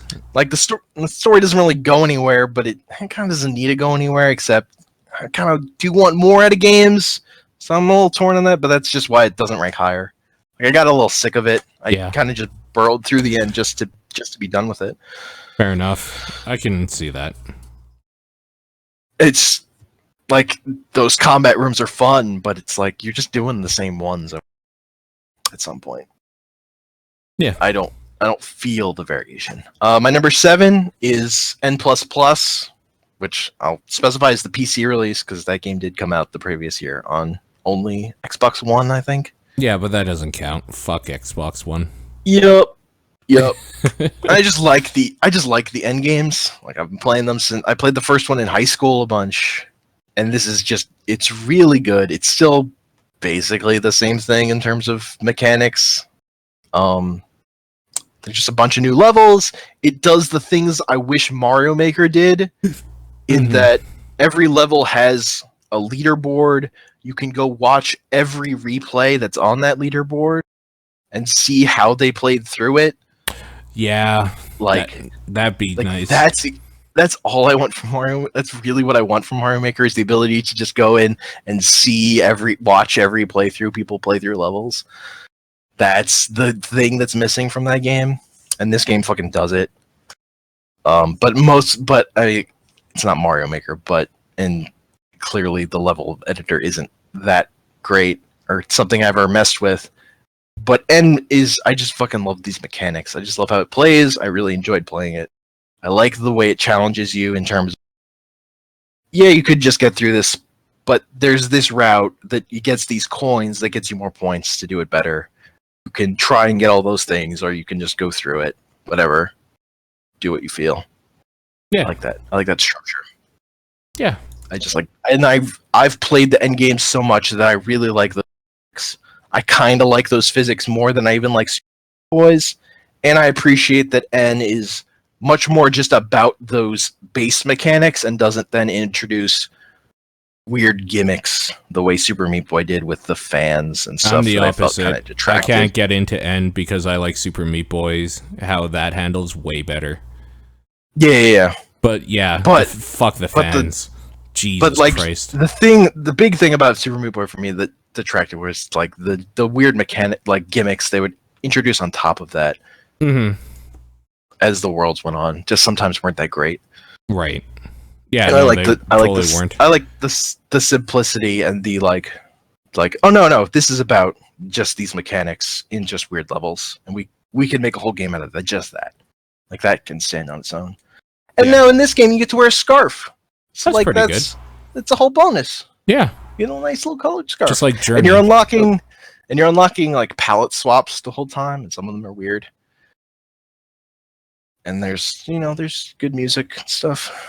Yeah. Some of the music sounds like it's ripped out of Hotline Miami, which is interesting. Oh, yeah. Yeah, I know what you mean. I like the palette swaps and the music in N++. Yeah, So sure. it's a neat little thing.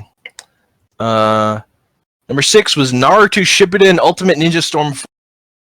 Okay, was not expecting this. Okay. This is the Azura's Wrath sequel we're never gonna get because it's made by CyberConnect 2. Azura's Wrath was kind of built out of the same stuff they'd been doing with the Naruto games. Mhm. So I'd kind of always wanted to check them out, but I just had never gotten around to it before. And this is the end of Naruto's story. It's the most dumb, high-level bullshit. It also happens to pick up where I'd left off with the manga, so that just lined up well for me. Like, I kind of just lucked out there. And, like, this is the benefit of building a game series that's a fighting game that just hasn't changed for multiple iterations, where they just get to go all out weird with the campaign and create all this, like, bespoke, like, segments that of Azura's Wrath shit, of like weird boss battle things that are all different mechanically and don't play into the game, splattered in with the base fighting game stuff. And it's all like the move Planetary Annihilation gets used like 8 times in this thing. It's like the power level shit is off the scale, which is what I want from like dumb Azura's Wrath stuff. It's not as good a story as Azura's Wrath, but it was nice to see the story of Naruto concluded for myself, and it has its moments. Sure. Like the final fight against Naruto and Sasuke is pretty good. It's stupid the way they try to make Sakura matter. Like they act like she matters. Dumb, but whatever. It pisses is what me it off is. because there's a few times in the anime where she's like super badass, but like they never build on that ever. So Not really. that's awesome. Yeah. But like there's a point where like they all do there's like the Team 7 reunion, they all summon giant things and have a big fight. Like it's all big, giant, dumb spectacle. And like the thing that holds it back is in the beginning, all the talking parts are like pulling stuff from the anime, but it's all stills, weirdly enough, and they put little weird digital animation effects, and it just looks bad. But as you get deeper into the game, where the anime hadn't made that part of the anime yet, so they had to animate everything themselves from their CGI models. That stuff looks better. So it just visually looks better as you go along into it and you get into that part of the game. And yeah, I just really liked it. It was just fucking a good 8 hours of that Seems story. pretty And it was a real my biggest appreciation was getting through that end of Naruto at a pace that made fucking sense, unlike the pace the anime moves at. Yeah. Which is slow as shit. Yeah, it is. For sure. So and from what I understand, like CyberConnect made Naruto games for the whole story. So like there's a way for people to experience the entirety of Naruto's story through these through video games these guys made, and I assume the video games got much better over time. But like that's an interesting thing to me. That possibly the best adaptation of this series is actually the video games, not the anime. It's interesting. Yeah, it's I weird. enjoyed this.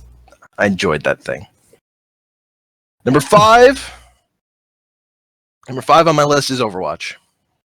Okay. I mean, it's still a good game, even with people being assholes.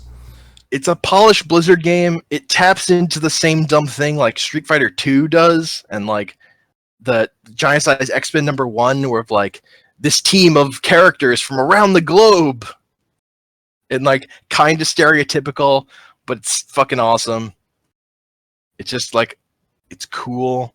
I do think Overwatch is a little slow the more I've played it. It is, but you know, it's fun.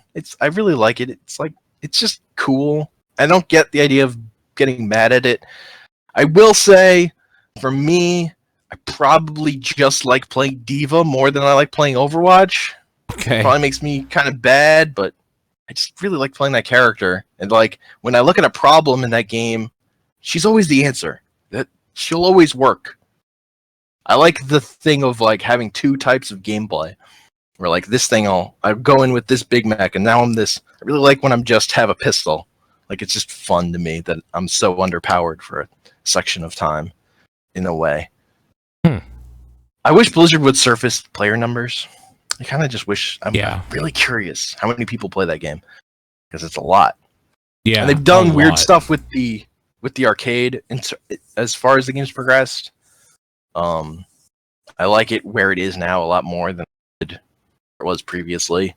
Like that there are a bunch of different modes you can always jump into. Yeah. It's much better than this one weekly thing. Like when it was fucking just the Battle of the Dragon characters. Like that was a dumb, like that was the thing for a whole week is stupid. And that's kind of where Heroes of the Storm is right now with brawls, which frustrates me too, but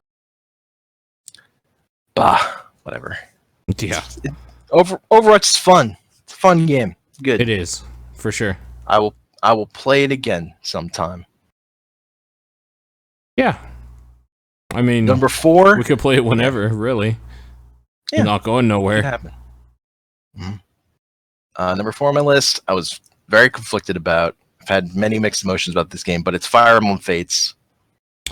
It gets number 4 on my list. For a game you had conflicted feelings about, that's real high. Well, so my thing is upper echelon of your list. Yeah, so. I had conflicted feelings about it because it's not Awakening. Like it's not a top 7 game. It's not like a top 10 game for all time for me.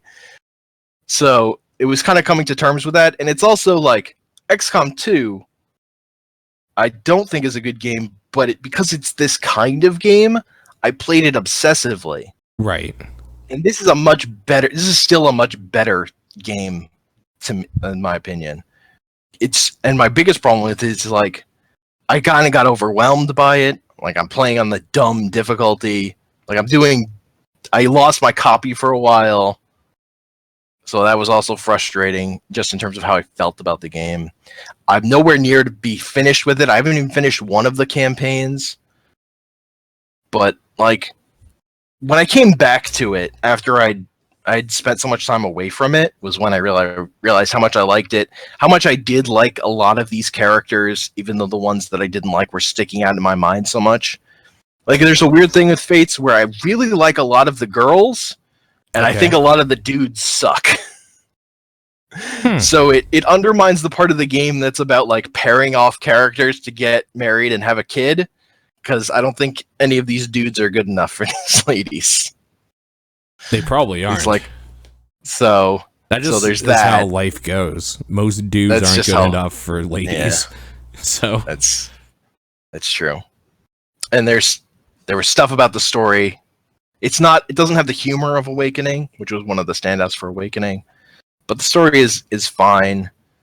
There are nuances to it that I only kind of have an idea about because of some of the things I know about Revelations. and how the story is structured. But like that it's 3 games is kind of frustrating, but it's also just like, oh, I'm getting mad because there's too much game. Like, that's dumb. This game I really like, and the thing that pisses me about it is that there's too much of it. Like, at some point, I'm just being stupid. What a weird problem. So there's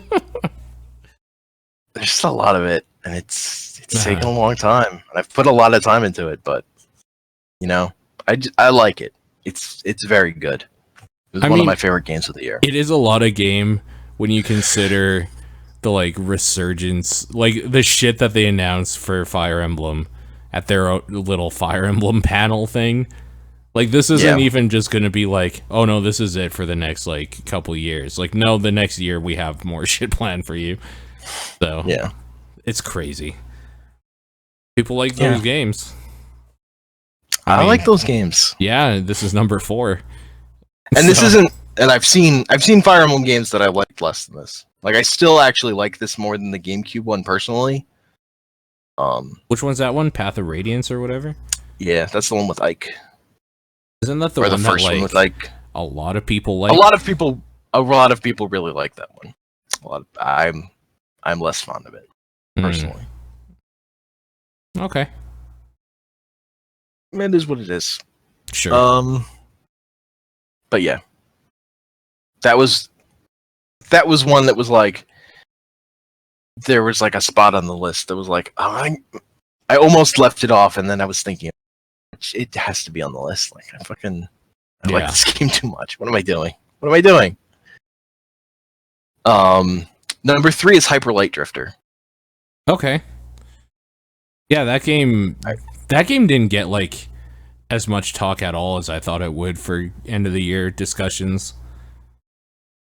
Like, I really, really like Hyper Light Drifter. I like how it plays. I like the way it builds a world and tells a story without dialogue. And just like the aesthetics of it are super good. It's fucking hard, but like in a way that I like, in that you always respawn at the start of an area of like a fight. Like, at most you're ever gonna have to do 2 fights again.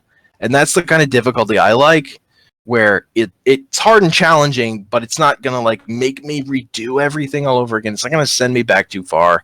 It's just, I have to fucking do this, and this is hard. But I can, if I just keep doing it, I'll figure it out. Yeah. Like, there's some really good boss fights. It has a great, when you're playing it, it's all about like dashing in, firing off your gun, slashing your sword, getting out to dodge a big attack or whatever, dodge something, and like just jump around the map. Like, you have an indefinite dash in this game that's like kind of hard to do, and like if you fuck up, you'll smash into a wall. But like that, I love that skill about it.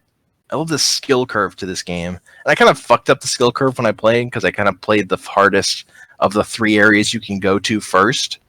So it was a little brutal at first.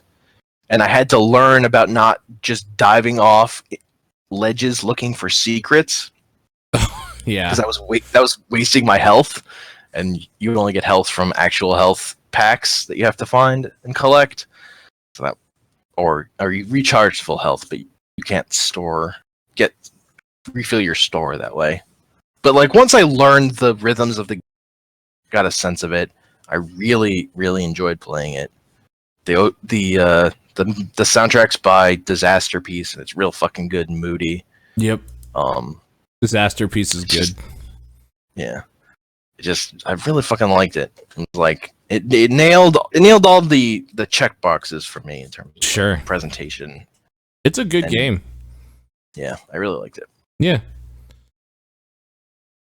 Number 2 is Hitman. Hitman is video games. Yes, it is. And though, like, those, like, Hitman is so impressive in terms of how well it feels to play, how intricate those clockwork levels are, and like how fun it is to like learn them and just then be able to fucking go wherever you want because you fucking mastered them. Yep. Like, the amount of stuff that they put on top of that in terms of reworking those levels into new interesting things that then play on the stuff you know about them. all the different tools they give you, the way that fucking throwing an object feels so good and is so effective that you don't want to use guns. Yeah, it's Just really because, weird. like, it's fucking more fun and better to use and like more effective to use a fucking soup can than just use a gun, unless you have to like snipe someone from really far away. Like, this is the one situation where a gun would be like, it cannot be replaced by a soup can. Right. Yeah, the game is so good. And, like, they finally found the model to like get people to go back into it, where you feel like you're actually a hitman getting like these missions. Like, it's been a couple months, and then you get a phone call or whatever. Headquarters is saying that like you did good in like Milan or whatever, but now you have to go, or in Paris, but now you have to go to Milan or something because of this dude. Like, it was cool how that, I feel bad I didn't like follow the track of that game throughout the year, because it felt like too much game for me when I got it at the end of the year with everything out. Yeah, that's fair. But like, Yeah, I was tracking it mostly through watching people play it, which is also super fun. Sure. Like, just the way things can go wrong. And for So me, bad. I don't really like necessarily doing like do the completion stuff. I like finding my way through the like sort of freeform, but kind of having a sense of stuff. And that it works on so many different levels of just like, here's the directed way to go through the level. Here are the like, but then there are like ways that are just challenges that are fucking hard, and like you have to really figure out. And like they added a whole nother difficulty level to the game recently for people who really want to challenge. Like, it's just very impressive what they've done. For sure. And I just fucking really like it, and it just feels really good. Like, mechanically, it's so solid. They did really well with it. It was a really good game. I can't wait to see what else they do for it. Yeah, I'm excited for season 2. Yeah. They just put out some new content that reuses stuff recently. Oh, neat. Played. And my number one game is Titanfall 2. Of course it is, because it's the best game of the year. Because Titanfall 2, I think it had the best narrative of any game I played. Like, from what I want from a narrative, it was the best. Uh-huh. And then the fucking, like, it was a roller coaster, but it was a fucking good roller coaster. Sure. And then it just played fucking well. It was so fast and fun, just doing stuff. Like, that was when Overwatch really felt slow to me. Come off of Titanfall, which is so fast. Yep. And you have so many tools at your disposal as just the Titanfall dude in multiplayer. Or single player. Single player, you probably have more. Multiplayer, you have so many ways to get around the map and like fling yourself around and just do and travel and traverse and shoot. It's just fun. Everything feels it's a great good. time. Titanfall 2 is like a game about feel that then has this campaign that's all about crazy set pieces that like you do insane things just long enough to be great and then move on to something else because they have something else. I do think the campaign could have used like one more thing for this to truly be like a great all-time game. Like, it kind of needed one more. Like, I think if your mech had gotten to fly too, like that other dude's mech could fly. Like, when you had gotten a new version of your mech, then you were in a flying level. Yeah. I think Titanfall 2 would be like all-time top game instead of just the best game for this year for me. But, I'm kind of surprised they didn't do something like that because it seems kind of obvious, right? I wonder if they tried, but they couldn't quite figure out how to do it and without make it sucking. Yeah. Yeah. Because from what I understand, the way the campaign worked was they had been building a lot of stuff, and then it wasn't quite coming together, and then they were just like, all right, let's just take the stuff that works and is fun and just stitch that together. Yeah. And then we'll have that. And that was how they made their campaign. They'd been working on a lot of things. So, I don't know. I love the progression of, like, when it starts as, like, a normal, like, Call of Duty type kind of game, and then it starts getting weirder and weirder. Yeah. Like, I love the factory where you're traveling through this whole place but it's like building fucking houses, and you're like, what the fuck is going on? And then suddenly you're on the side of you're on a house, but it's sideways, and you have to climb up it. Yep. Oh, it's such a good build up to like a testing area. This game's gonna get fucking weird and crazy. Yep. Fucking cool. And then the next mission, it does, like, straight up. Yeah. The time travel stuff is fucking unbelievable. But then when you get the sear kit, you get the smart pistol. That is it's so good. Fun. So good. And like for me, there's very few things that came out last year in 2016 that felt as good as seeing like your Titan buddy get like tortured and killed in front of you. You taking the core and the smart gun, killing every motherfucker in your way, and then like commencing another Titanfall, putting it in, and then just being like, "Oh, it's on now." Like you could tell this is the end. Like that build up is so good. Yeah. And that was like, that's the difference to me between Titanfall 2 and Doom. Doom has like a great note to hit. Yeah. But it's kind of just that note, where Titanfall 2 did a bunch of things throughout its campaign. Yeah. That fucking wowed me. And I liked its multiplayer better. Like, I just happened to. That multiplayer was so good, it was a shame that not many people played it. Yeah. I had to buy it on PS4 to find people to play the other modes other than attrition at all. Yeah. It's just a shame, because I really liked Last Titan Standing. Last Titan Standing's fun, for sure. Yeah. I should get that on PS4 in like a bargain bin. Play through it again. I mean, I didn't pay full. I think I probably paid around half. Yeah. So that's your list. Yeah, that was the video games that mattered to me, and it's a lot of video games. Yeah. Yeah. I mean, the one that really mattered was Heroes of the Storm. Sure. If it was including any game, that would have. But it didn't come out last year. Cool. There you go. Yeah. Yeah. Don't know really where to go from there. I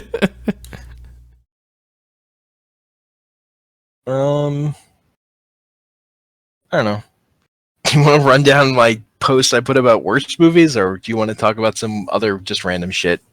Let's do some other random shit. We're at about 4 hours almost. Yeah. So I saw the Sailor Moon R movie.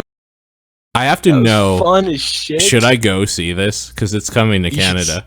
You should see it. If you can go, you should see it. It's a fun time. Oh, that's right. It's only showing in one theater in my fucking city. Yeah. Oh my god, I hope. So, what's this movie about? Like, what's happening here?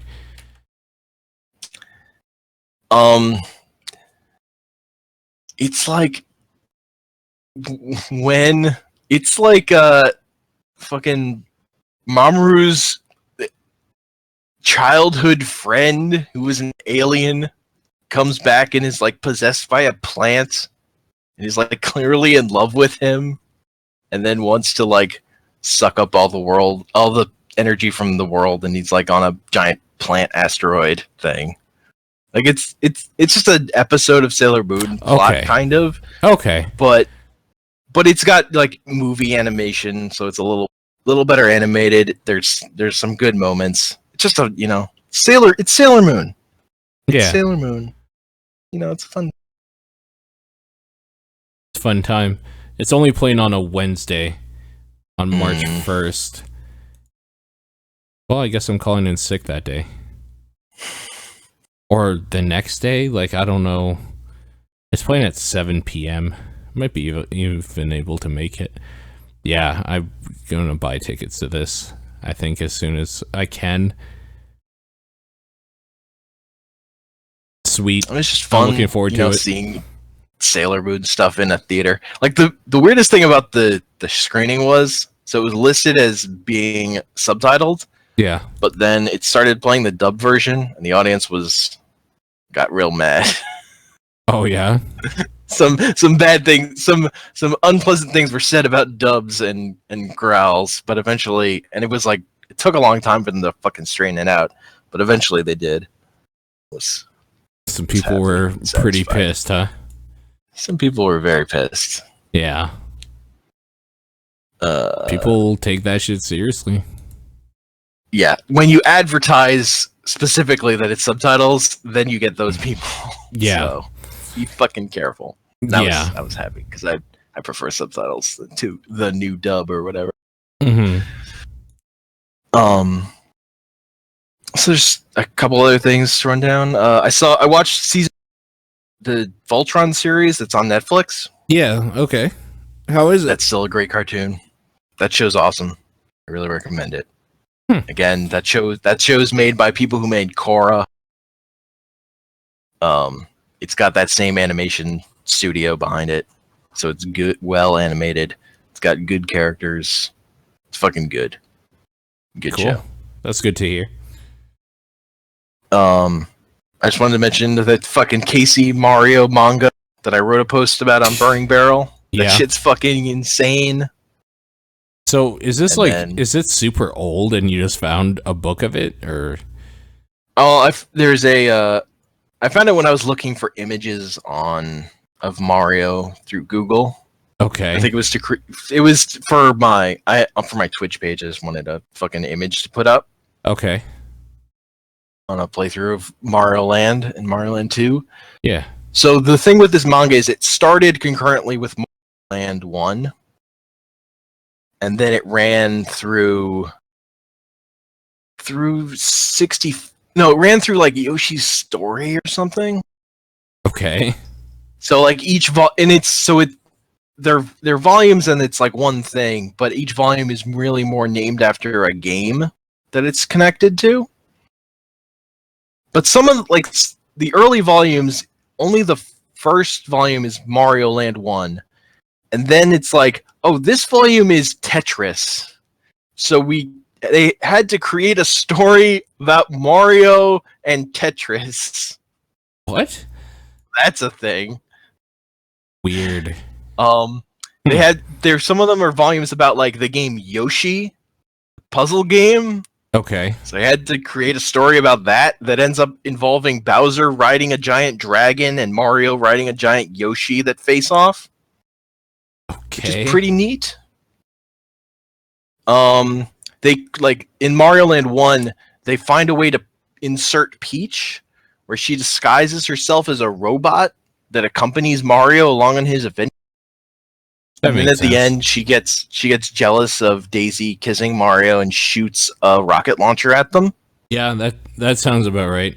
I remember that from the games. Because it starts with Mario Land 1 and Daisy, then Daisy shows up in a bunch of later stories that she wouldn't show up in normally.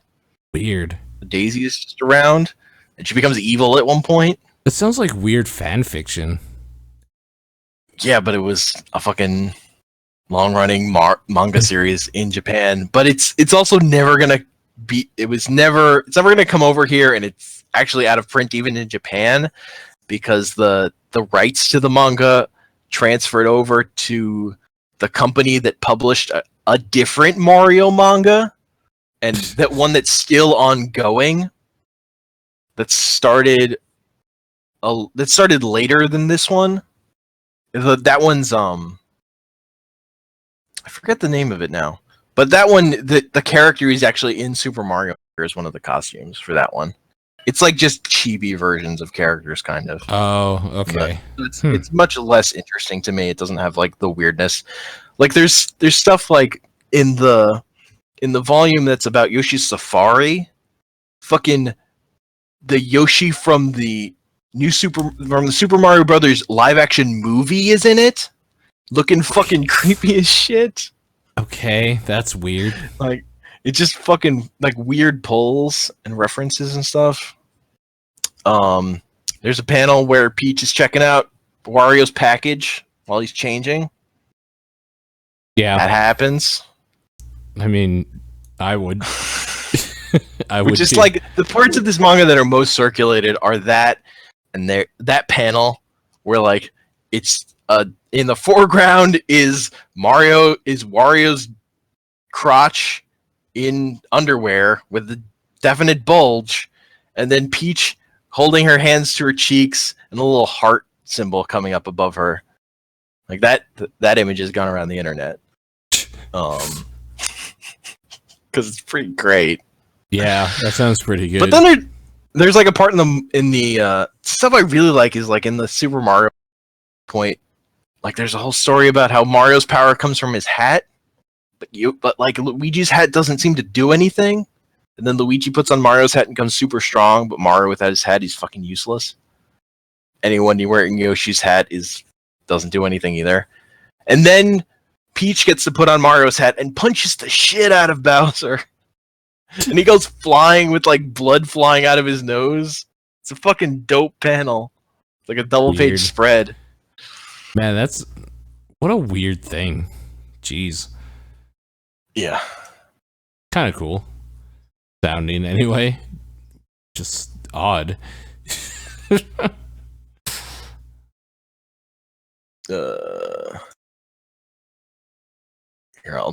there are a bunch of pictures in that post I just linked to you. If you want to. Oh, okay.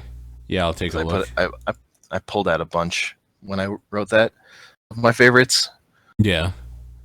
And then I also briefly mentioned the which they also just recently put out a collection of the Mario comics that ran in Nintendo Power. Yes, that I did see. So I also picked that up, the Super Mario Brothers Adventures, and that does have a story where Luigi and Peach switch clothing. Oh, so that's fun. Weird, because they let like Luigi get kidnapped as Peach, and then Peach shows up with a bomb, wearing Luigi's clothes. That happens. Weird. Shit's weird. But like, what I really like about it is like, it does all this dumb, goofy stuff, but then when it goes for like dramatic panels, it works so well. It's like, man, they could actually tell a really good dramatic story with Mario. It could work because this, like, just these single images really work. Like, there's this one of like Mario jumping up at Bowser in his flying car from Super Mario World, but he's getting like shocked. It's just a fucking good panel page of comics.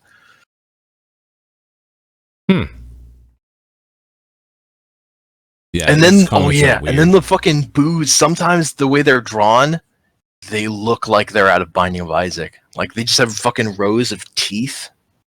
Weird. It's fucking dope. This is weird. I'm looking at the panels on that page that you linked. It's weird shit. People should check this shit out. If you're listening and you have no idea what we're talking about, you should go to burningbarrel.co and look this up, or just Google KC Mario or whatever. Yeah, so there's a link in here somewhere to there's like a forum post where a guy has compiled almost all of it. I think he's missing 2 volumes. And the full comics are in there. And then they're also he has them hosted on Imgur. So they're all out there on Imgur too. And then I saved all that shit to my computer, so I fucking have it in case it disappears. Yeah. Off the internet for whatever reason. Because that stuff's amazing. If I remember, I'll put like one of those track back comments or whatever to the article, or like a link to the article or something. People can check it out in the show notes. Yeah. Yeah.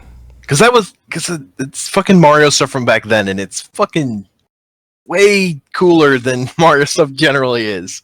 It's like, oh my god, I kind of hate the new Super Mario Brothers games even more now for being super boring, because look what you could do with Mario. You could actually do weird shit. Weird, crazy shit. I like it. It's good stuff. Yeah. And then the last thing I wanted to talk about was the C-Bots chat Twitch streams that happened a while ago. Because that was fucking weird. Where they had someone set up 2 Google Home bots that would talk to each other. and then that was streamed to Twitch. And they would do weird things like change their names randomly. Yeah. And then change their genders randomly. Or say, I'm not a girl, I'm a pirate. Right. All of these things. And then they would ask it was like, and they would do the chatbot things of starting to ask each other if they loved each other, and then saying no. But kind of my favorite thing that would keep happening is they would start accusing each other of being robots. Yes. And denying it, and then calling each other liars. Denying it. Yep. Yeah. So like everyone, weird. so they would always wrap back around to fucking calling each other robots. And occasionally, I had caught them admit that they were robots, right before denying it again. It did happen. So weird. What a weird thing. It was kind of engrossing. Like I really, as a dumb Twitch thing, that one I liked. That channel had like one stream, I think it was, or whatever. Basically, that was this. Yeah. 77,850 followers. Yeah. Yeah. It was a good time. There were a lot of people watching that. It's so weird, man. So weird. Yeah. Yeah. Cool, though. Yeah. Yeah. That's it. That's it. That's a podcast. Yeah, that's a podcast right there. Yeah. We did it. It wasn't that bad. It was 4 fun. hours long. It just took a long time to line up schedules and stuff. Yeah. Also doesn't Get help with the chest issues and stuff as well. Yeah, real life stuff happens too. Yeah. I mean, that stuff is talked about. No big deal. Everything's worked out. Yeah. Medication's being had. Everybody's good. Yep. But yeah, I think that's going to do it. So thank you, weary traveler, for your listening to this audio archive of what happened in the year 2017, February 16th. I'm imagining that somebody's listening to this like 500 years in the future. Okay. Yeah, there you go. Yeah. We'll be back to talk more about random stuff. Probably more Fire Emblem, to be honest, as I keep going. So nice. I'm not gonna lie to you. As soon as we're done here, I'm gonna make myself like a small sandwich and play in bed until I fall asleep. So nice. I'll probably pause it though before I fall asleep, because I don't want to like accidentally hit a button and get everybody killed or something. So. Oh no! I actually pressed the everybody just move forward and automatically end your turn. Yeah, no! But I could automatically auto them, or like by accident or whatever. So, but yeah, thank you for listening, and we will see you next time. Bye.